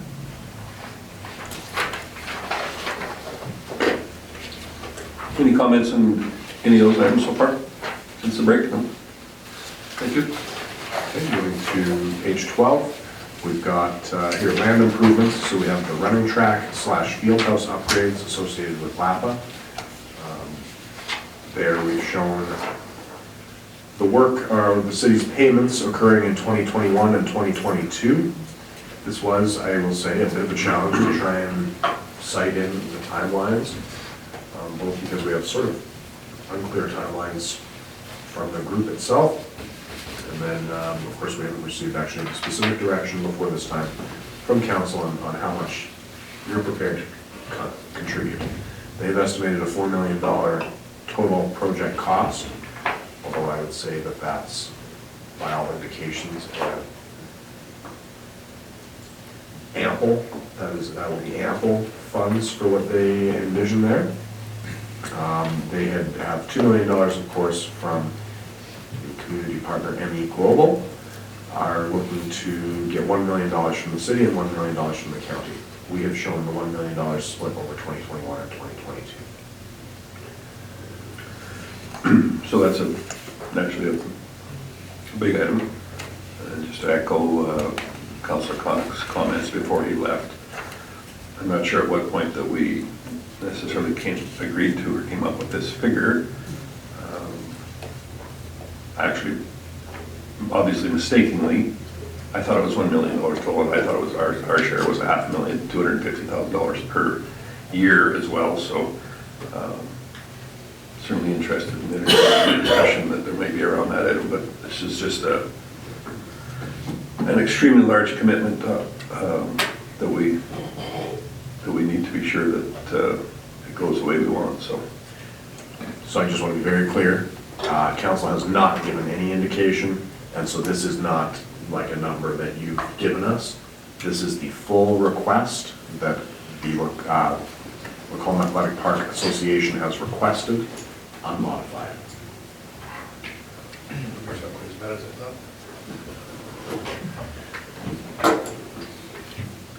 Councillor Jacobson? Sure, and again, maybe see if you refresh my memory, what did council vote no to then? Earlier in the year.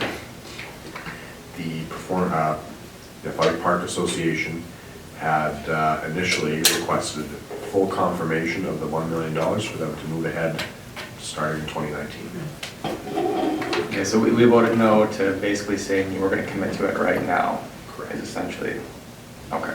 But we didn't vote no to never kind of thing. Correct. Okay. I dare say that had you voted no to it forever, you would remember that experience, because I think there would be some public feedback about that.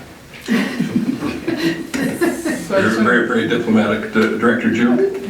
Just want to remind everybody that they have a ISIP grant application that has not been determined yet, and that was one of the factors that why council asked for the matter to be brought back at some point, because there was, that hadn't been determined, and then their own fundraising campaign in 2020 is already forming up, and it includes a major event, which will occur, a music event. They're hoping for some in-kind from the city, of course, which we've already kind of committed to, and we'll see what they can come up with in that endeavor.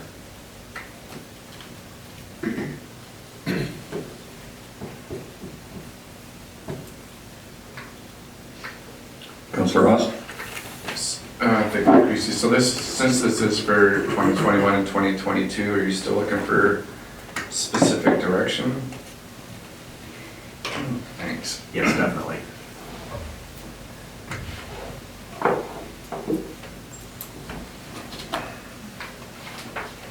If I can ask again, has there been any commitment from the county as to direction, or are they waiting for us before they?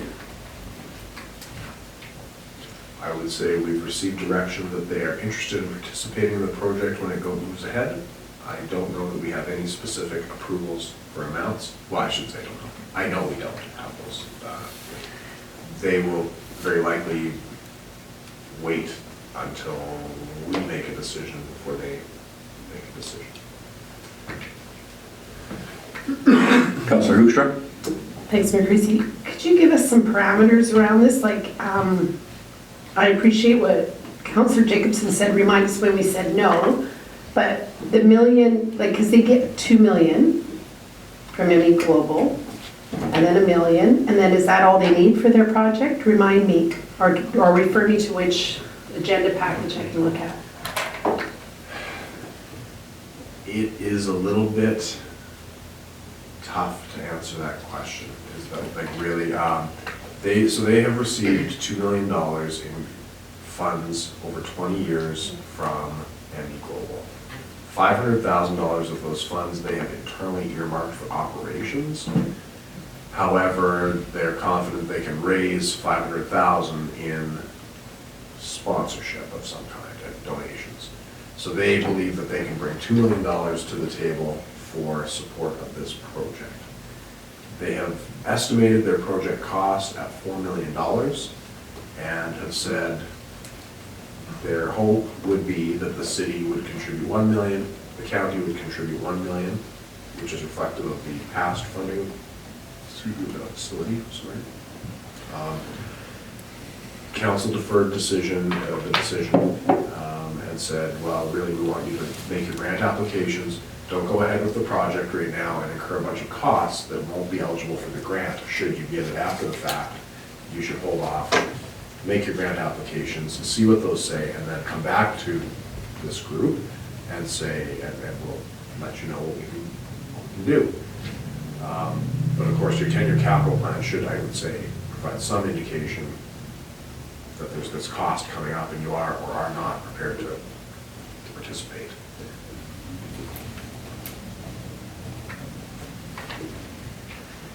Councillor Gullickson. Thank you, Mayor Creasy. I feel that we really don't know the total cost of this project at this time. I would be willing to commit to half of the dollars.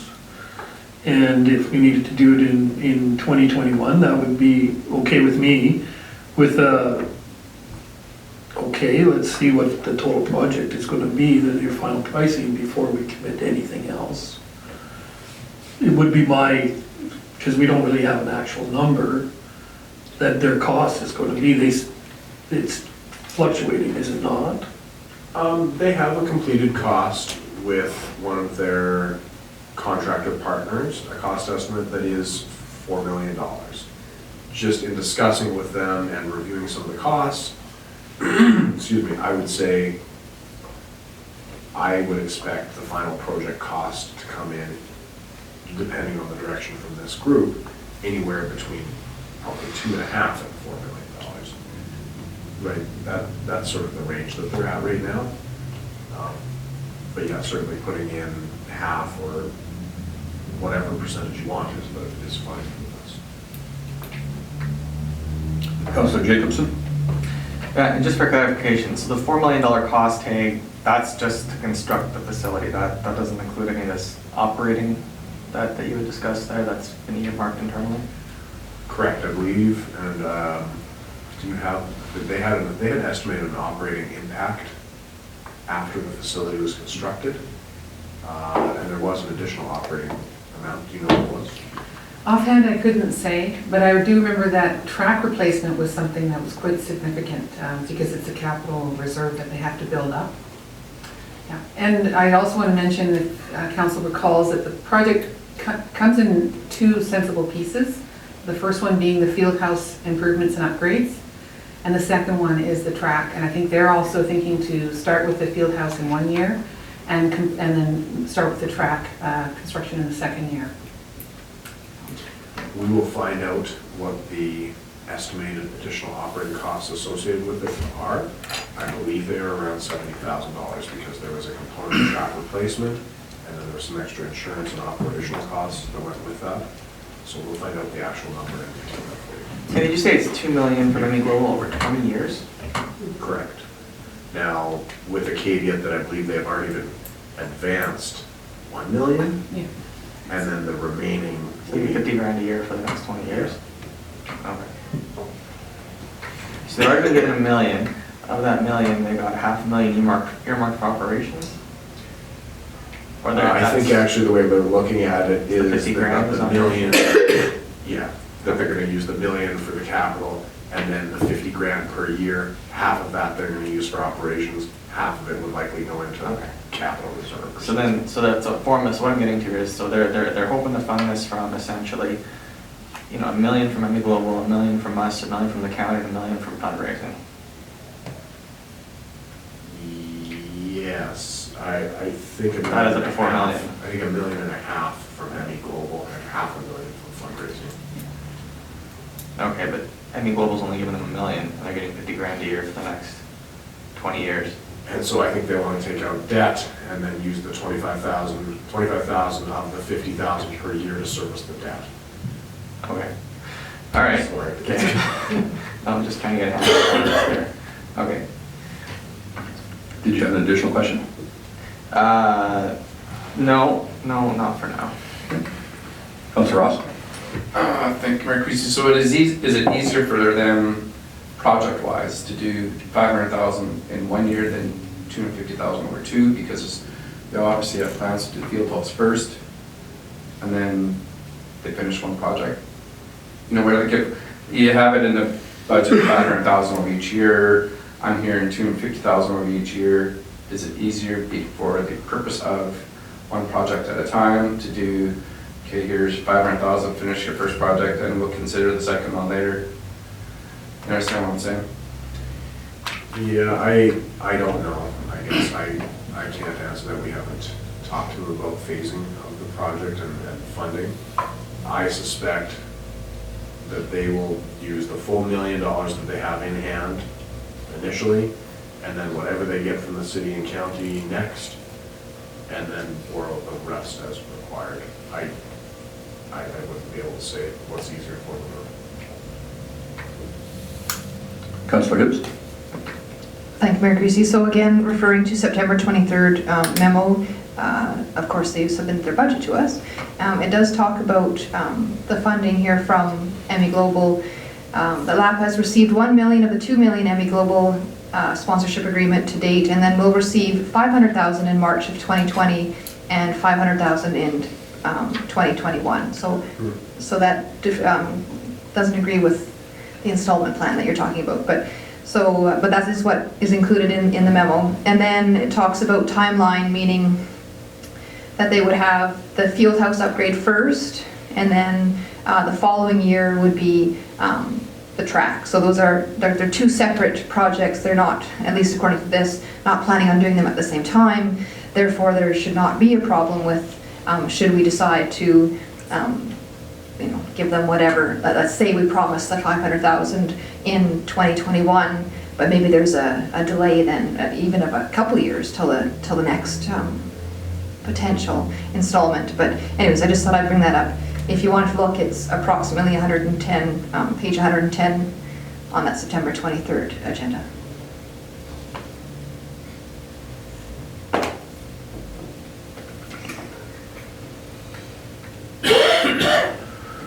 So we've had a few people suggest that the amount, the way that's allotted in here, the overall amount is in excess of your comfort level.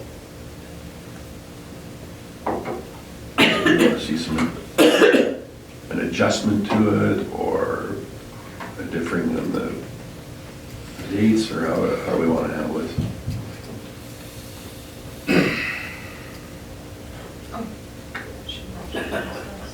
No problem.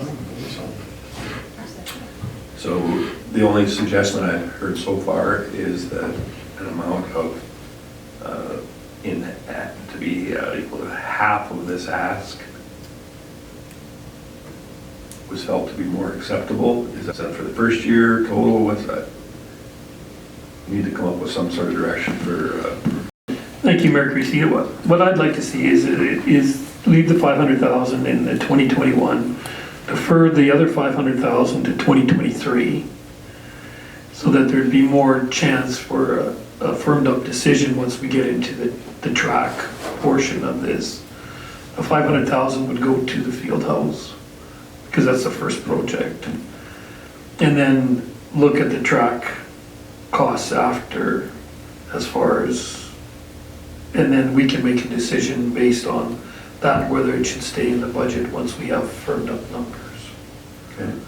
And we did have some input prior to that for a lesser amount than the full ask here, the full ask being $500,000.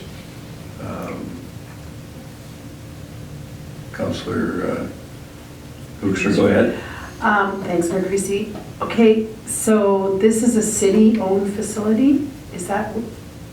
It is. It is a city-owned facility.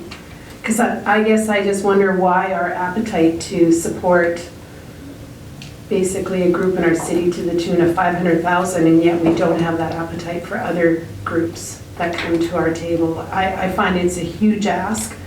I could be comfortable with $250,000, but I would not be comfortable with 500,000 right off the bat. And when we, other people have come with a bigger ask with this is actually what we're doing, and now we're sitting here debating what we are well, like, we know they're gonna build a field house and a track, but yet we don't have 100% clear plan in front of us. 250,000 is all I would endorse.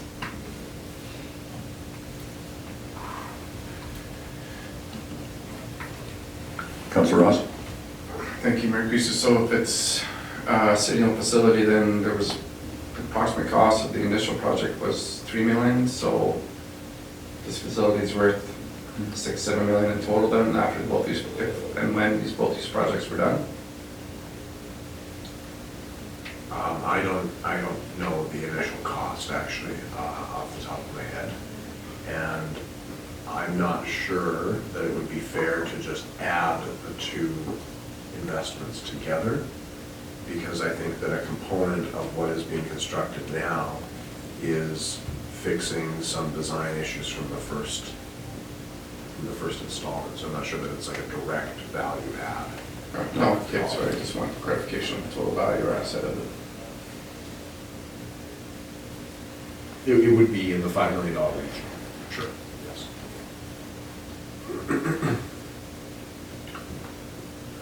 So from a few different points of view from different councillors, we're looking at reducing the allotted amount in 2021 to $250,000. We have an indication whether or not that is the direction we're going to go. All those in favor? Opposed? Okay, so 250 in 2021. right. And then And there was also an amount that was included in this multi-year capital program for 2022. The full ask being $500,000. Is this something that we want to leave in there, reduce, remove altogether, put to a different date?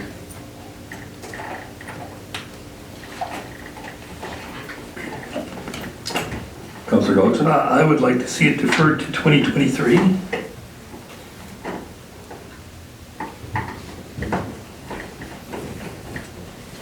that's at 500. So we've got one suggestion that the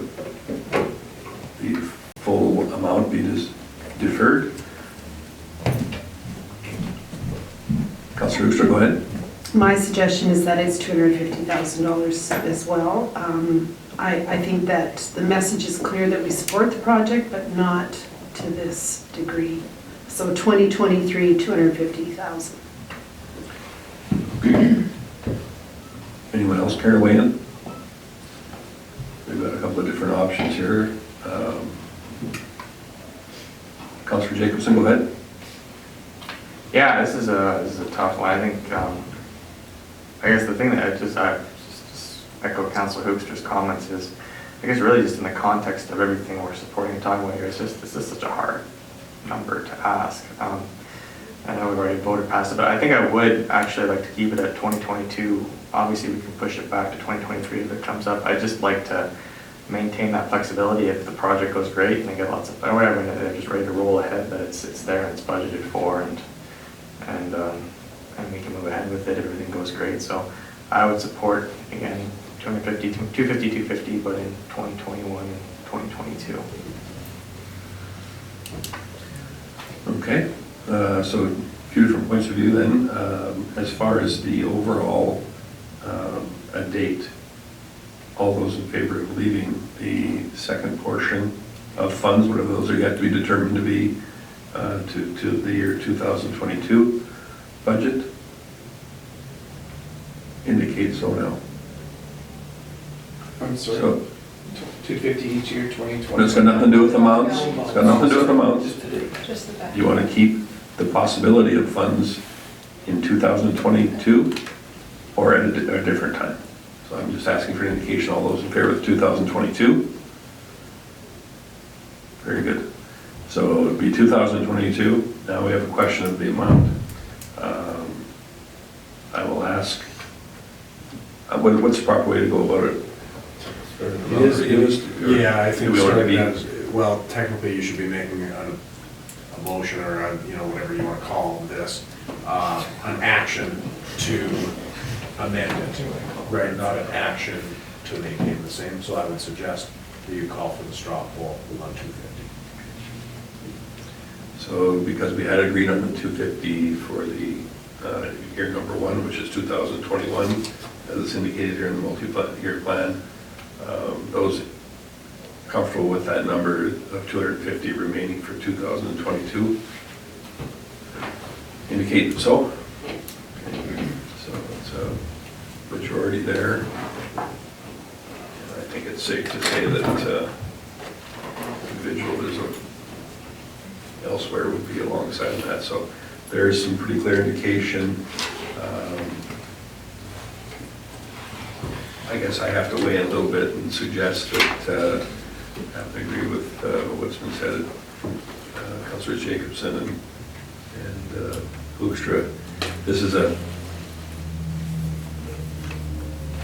very large amount of money for us to be allocating for one group.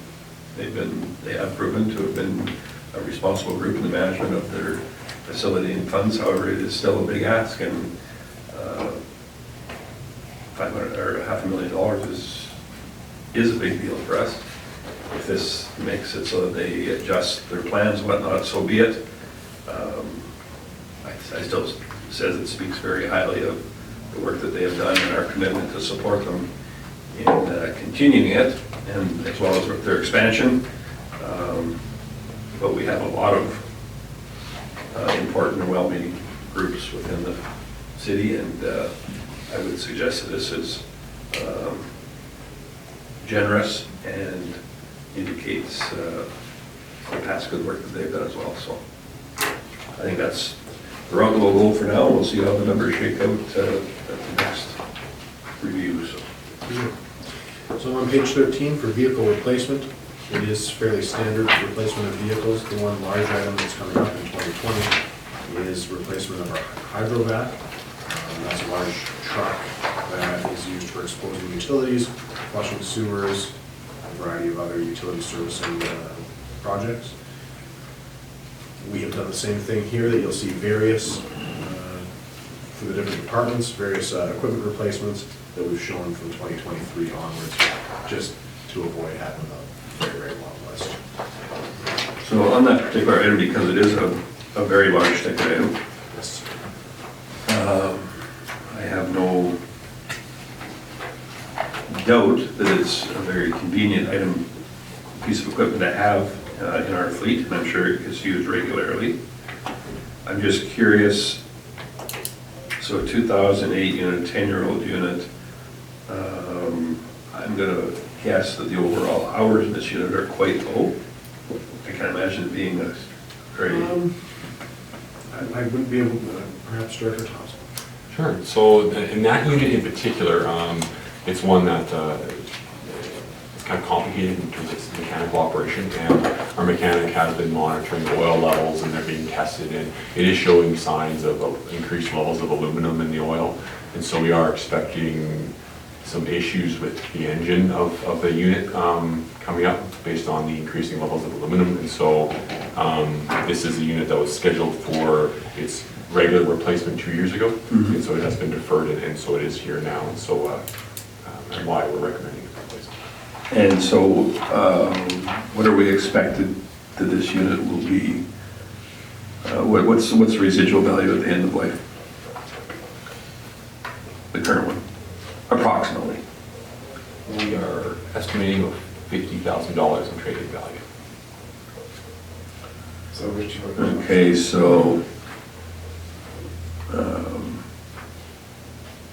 $500,000 over 10 years, so $50,000 a year, just in capital costs plus all the rest of it. Are we able to justify having this equipment here as opposed to using third party? I mean, like I said, I have no doubt that it's convenient and everything, but when we shake out the numbers and take in all of the operator time and the fuel and the capital costs and the repairs, of which I'm sure there's been lots, can we still justify having this particular piece of equipment? The cost for private industry for a vac truck is approximately $2,500 a day. And I can certainly see that cost increasing on an emergency basis. We use this equipment to thaw catch basins in the springtime, get flooding backup issues going. We use it on an emergency basis quite frequently. So I don't know if we've done the analysis on how many hours we use the equipment versus private industry, but certainly we would have to factor in the possible delay in trying to bring in a third party back on an emergency basis, and the impact that would have to potential residents or business holders or those who navigate our streets if we aren't able to respond, or if the private industry isn't able to respond as quickly as we are with that unit. So that's an analysis we would have to do. And I can certainly appreciate those factors coming into play. On the strictly dollar end of it, does it make sense? For the amount of hours that it gets used in a year, and the comparison between private industry and what we use it, are we close? Are we? That is an analysis that we would have to look at and check. I would really like to see some of that, because I mean, over $600,000 piece of equipment. I mean, yeah, that's an awful lot of contracting. I realize that's over several years, but I would like to see. There's also one other question I had regarding this item. Was the city involved with a local fabricating, or oil field and fabricating outfit on a smaller scaled unit of similar use, or was that strictly a vac truck? It was a much smaller unit.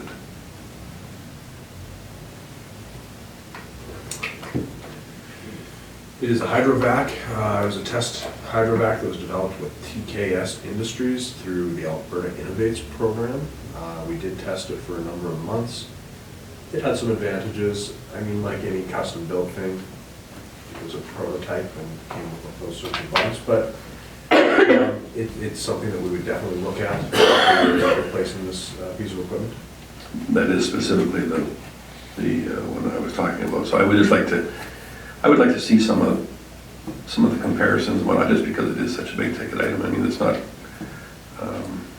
I guess it differs in some of the other road maintenance items that we kind of have a little harder numbers on what we're going to use and what it's worth when we replace it, that kind of thing. When it's more of a I'm going to call it a standard piece of equipment, it's a road grader or a loader, that kind of thing. But I sure would like to see some of those before I commit to replacing this particular item. Councillor Hoekstra, go ahead. Thanks, Mayor Creasy. My question was more around how many pieces of equipment does the city own that's over $300,000 to replace some-ish? Because I was just noticing that we were replacing the sweeper. I know that's under equipment replacement, but to the tune of $344,000, and we're replacing this one this year. Like, do we own more than 10 items that cost more than that? That we couldn't do one per year, or do you know what I'm getting at? I do. No, we wouldn't own even 10. I would say maybe half a dozen that are outside of that magnitude. 300 plus, kind of, yeah. We do them on the basis of when we first purchase them, we estimate a service life, then we monitor the service maintenance throughout the life, and as it gets close to that replacement time, we make an ongoing decision about where we slot it in. We aren't really concerned about 2 or 3 lumping up onto 1 year, because we fund all of our equipment replacement through annual contributions from each department to pay for that equipment. So it all goes into reserve, and then when we need the equipment, it just comes out. So you could probably, when we first purchased them, they were offset like that. But just as we've looked at each piece of equipment from year to year, it's come down to this. maybe belabored this enough, but I guess, given that residual value is so little in this particular piece of iron, I would like to see us consider using it to its full end of use of life. I know there's certainly some lead time involved in manufacturing this type of equipment. It's not a matter of going down to the local store and buying one, but they do make these things every day and not that far away. So I just want to see us get the maximum use out of it. If it was a situation where we're going to have a substantial difference in the residual value and someone is purchasing it for a lot more money, but I mean, it's really only equivalent to maybe less than 1 year's actual capital cost, let alone overall cost. So I think there might be some room there to maybe stretch the use of it out, or, yeah, this one's got me wondering anyway. So we'll look at completing an analysis of what the costs would be, or would have been, from a pure financial standpoint on contracting the hydrovac over its lifetime versus what the purchase, maintenance, and we'll make an estimate for the training involved as well for running the hydrovac. And then we will also look at the maintenance that we've incurred over the last 3 years on that piece of equipment, because I think there has actually been some fairly significant downtime and costs related to some of the specialized equipment on that machine.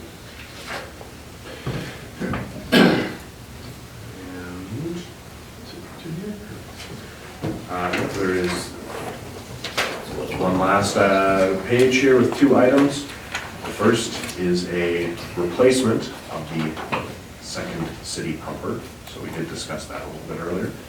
And the next is a pilot project we are proposing from the Bylaw Enforcement Division, which is a personal electric bicycle for them to do patrols on our trails, looking for violating dog owners, smokers, a lot of the issues that we seem to have on our trails that we just, it is difficult to address them as it is right now. Just a question pertaining to replacement of the pumper. If you're replacing the Bronto, $625,000, you can touch it. No, I believe the replacement of the ladder truck is approximately 2.2 million. Yeah. And It's Yeah, but you just replaced the one pumper 4 or 5 years ago. This is the second pumper system.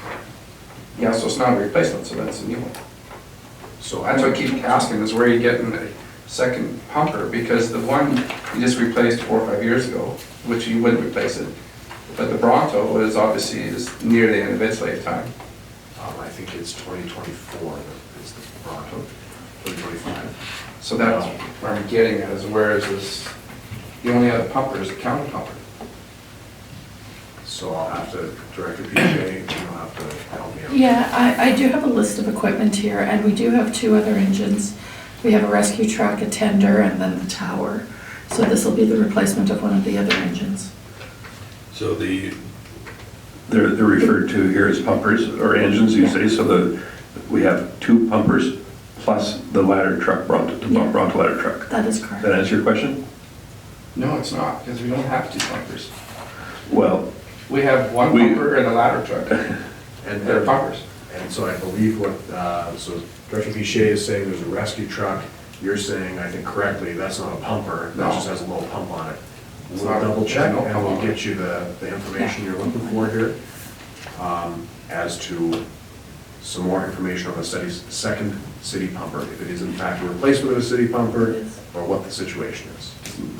I'm interpreting this that they're gonna replace the rescue truck with as a rescue pumper instead of. well, let's not get too carried And it away doesn't matter, but. with interpreting it it doesn't anyway matter. until we get the factual information. So we'll have you double check on that and then we'll know. Because thanks for bringing it up though.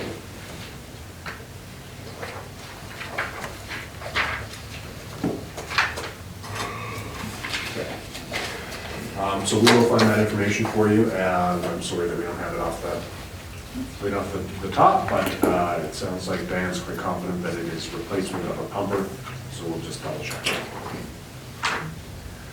That is the end of the expenditure side of the multi-year capital plan. We'll briefly move into the funding side. So if you go to Appendix B, page 2. That is where we can begin. So it's fairly self-explanatory, I think. We've got your total expenditures along the top, followed by the different funding sources being grants, third-party contributions, reserves, and debt. So you can see the major influx of debt is proposed for 2020, and that's related to the capital, first of Public Works building. Excuse me. We've also included the statutory debt limit there, but I would say that the most important component to look at, from my perspective anyway, is the annual impact on operating budgets. There's a star beside that one, it's about halfway down. Below it says tax supported, water rate supported, sewer rate supported. The tax supported is the one that's going to make it difficult, or not difficult, I suppose, to meet your CPI maximum targets. And so you can see that we're estimating in 2020 1.976 million in debt servicing, and that's estimated to rise to 2.046 in 2021, which would be a difference of approximately 0.5% of taxation, and then about 190,000, so another 1.5% in 2022. From thereafter it stabilizes, and actually I really have no concern about from there on meeting the debt requirements. So I guess what I am pointing out there and highlighting for you is that I anticipate a potential issue in 2022 in meeting the CPI commitment, unless we are very careful in expenditures from now until then. Now, reduction of some of this LAPA project, excuse me, will help some of that debt servicing, actually. So I guess I would just draw your attention there. The other, if you want to just a brief overview of the numbers, you can look at the percentage used of debt servicing, and you can see that we're going 28, 29, 31, 30, 30, and from there after you're in that 30, 32 range. Now, the reason that I'm not worried once you get to 2023, 2024, is that these are all based on your percentages of today's revenue, and of course 5 years from now you'll have increased your revenue by 5 to 10%, so it won't be as severe as it's shown. I guess I would be happy to answer any questions on the funding side. I just wanted to highlight Councillor Hoekstra's question from our last meeting. You said fully funded but fully funded means taking on a bunch of debt. And yes, very much in our plan, that is what we are proposing. If you were to remove the debt, you'd have difficulty running the municipality. But it does rely on significant increased debt, particularly in 2020 when you're proposed to bring on $5 million related to that facility, Public Works facility. Councillor Jacobson? Sure, a couple questions. What interest rates are you using when you're doing your debt projections? So we typically are amortizing over 20 years, right? It depends each one, 15 to 25 years, 15 to 25 years. And we use the Alberta Capital Finance Authority's posted interest rates. And as we get further out, we add a bit of a margin because debt is the cheapest it's ever been. I expect it will increase in cost going forward. Okay, so because I know you mentioned a few times that you attempted to take the opportunity wherever it's come available to take like open debt from financial institutions, just so there's a capability of paying that back early. Because with Alberta Capital Authority, you can't do that, correct? That's correct. And so we have actually, if you, once we get to the operating budget tomorrow, I expect, we are proposing to pay down approximately $700,000 of that open debt that you're talking about, because of that very reason. So when and I'm just curious, what's been the what's been the criteria in the past when you've been able to go to that open debt or that private institution debt? Is it just the interest rates have made it allowable, or Alberta Capital says we don't like this one very much? Or? No, it's more a judgment call on our administration's behalf. If it is, say, an infrastructure project, a utility project or something, there's no reason that you're suddenly gonna come into a pot of money and wanna pay down the debt associated with a water pipe or something. It's very much a planned thing.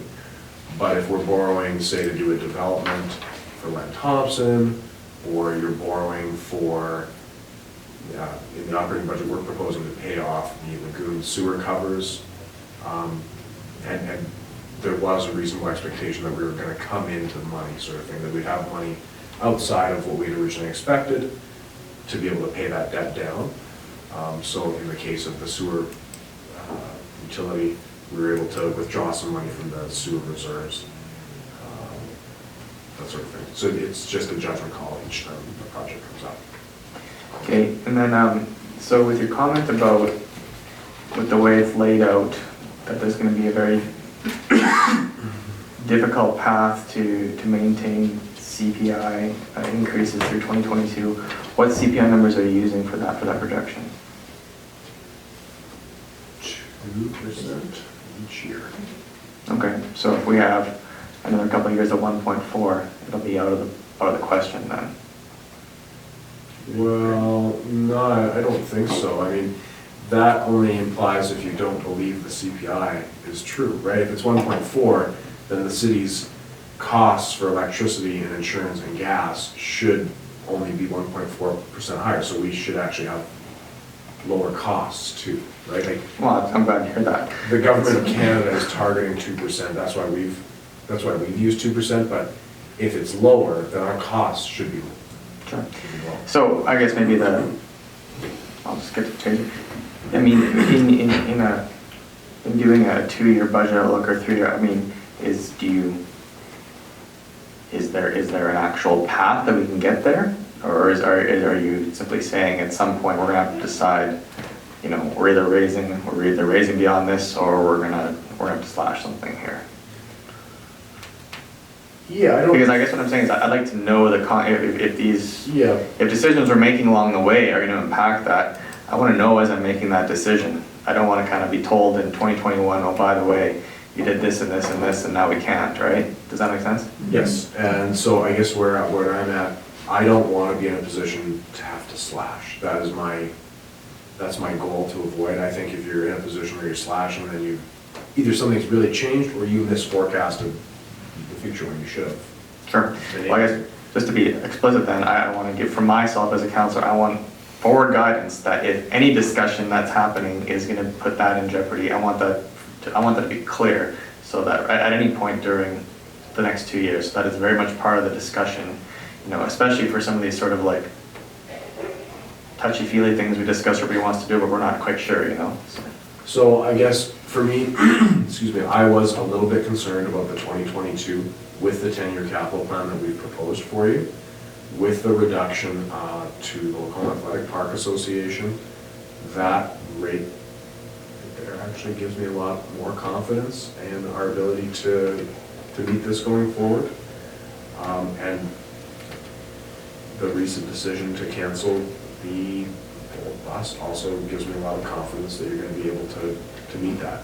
I guess what I'm pointing to is to say new services or projects beyond what's in the 10-year capital plan right now will put that in jeopardy. Okay. Councilor Ross? Thank you, Mayor Creasy. But earlier in the fire hall, you budgeted $5 million for a fire hall, yet on the debt, you've only got $2.5 million. So, Earlier, you projected in a 2024 of doing a fire hall, you projected $5 million. So the on page 5, you've got the fire hall at $2.5 million. yeah, so the majority of the money for the fire hall is proposed to come from what is being rebranded from NSI to the local government fiscal framework. So it'll be largely grant funded. If you look to the grants in that same year, 2024, the remaining, so there's 2.4 million of project-specific funding coming from a grant program. That'll be for the remainder of that. Okay, sorry. The net total is still the 5 million overall, the 500,000 plus 4.5 for next year. Correct. And we are, as municipal administrators, we tend to be conservative and sort of risk averse, and so another thing that gives me confidence in our ability to meet the CPI thing is I think it is unrealistic, for example, that the county will not contribute in any way to a new fire hall. I suspect they will come to the table, which again, once you go into that 2025 to 2029, that's why I'm much less concerned there.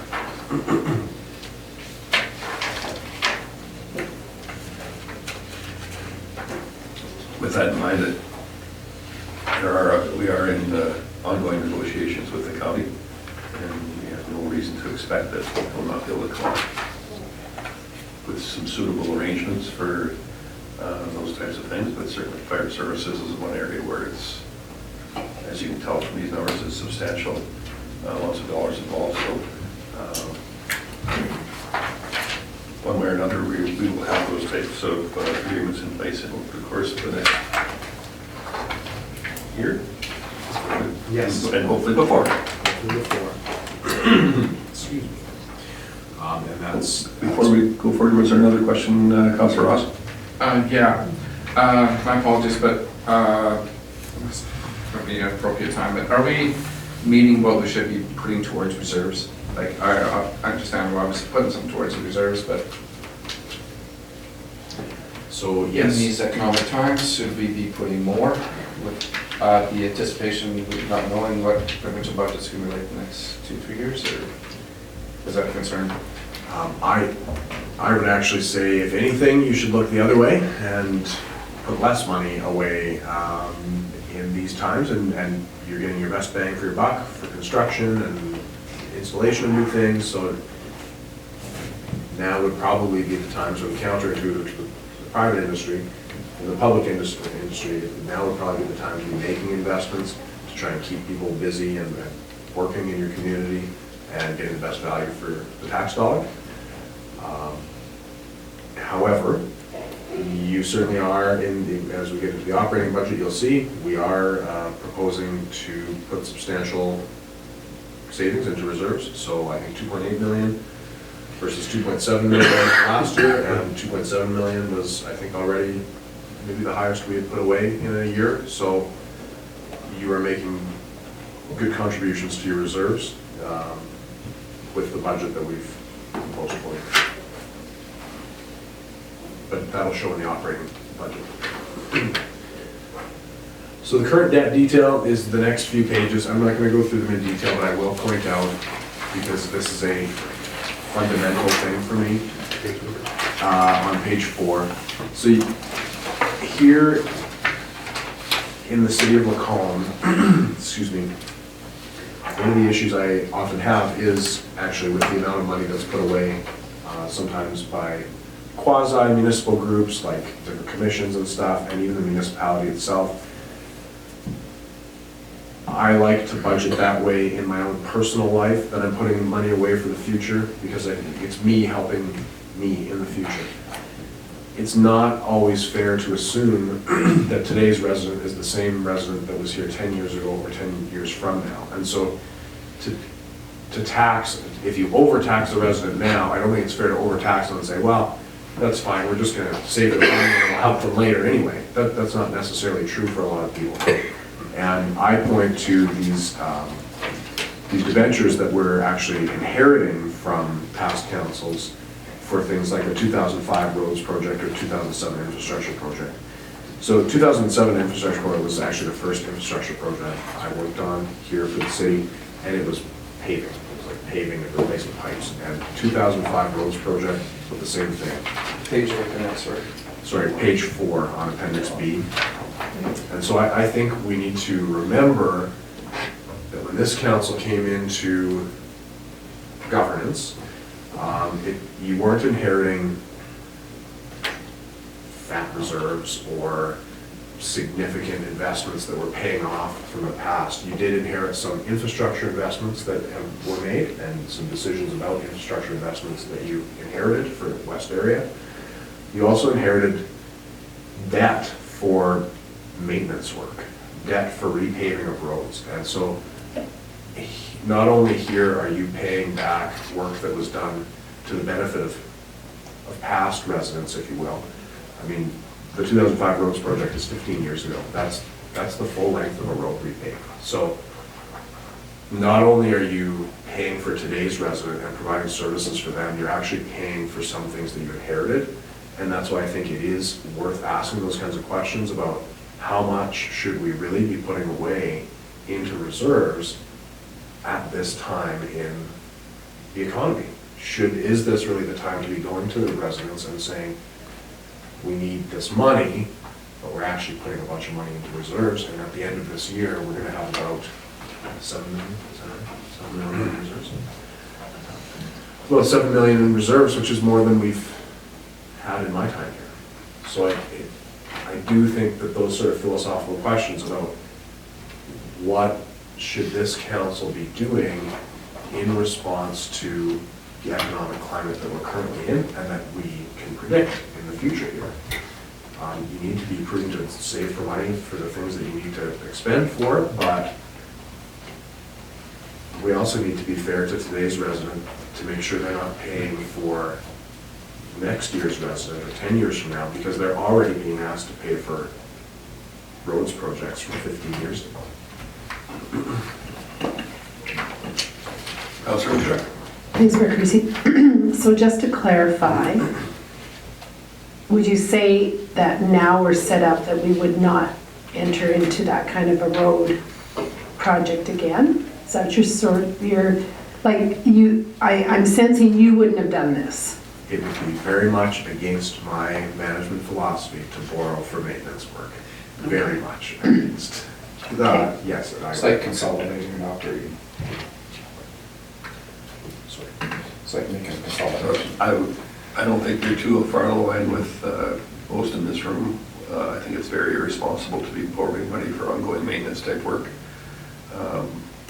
Borrowing money is a reality that we need to put up with and manage it accordingly. For large projects and capital projects, of course, those have a long useful life, but when we get down to borrowing for maintenance type items on roads or what have you, that is less than responsible in my opinion. That's the 10-year capital plan. So we have the reserve balance summaries here, forecast and reserve balance summaries. They're not that useful. In our operating budget, we'll talk about the forecasted 2020 reserve balances. That's one of the more useful discussion. So I'd probably defer that until tomorrow. But we could certainly move into what actually is 415. The 2020 capital budget should be very straightforward because it has essentially been approved here, but it's up to you. To be honest with you, I think we've made a reasonable amount of progress here today.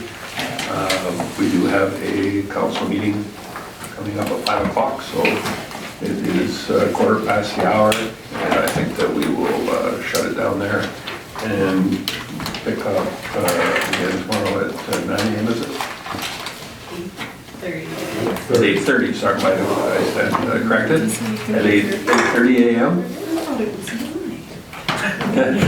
And continue on with the operating rather from there on. So we'll do the 2020 capital budget and then we'll do the operating. I stand corrected, thank you. Like I said, I think we're going to call it there for today. Okay. Thanks, everyone. We could have the recording turned off until council tonight. Director Piche, thank you.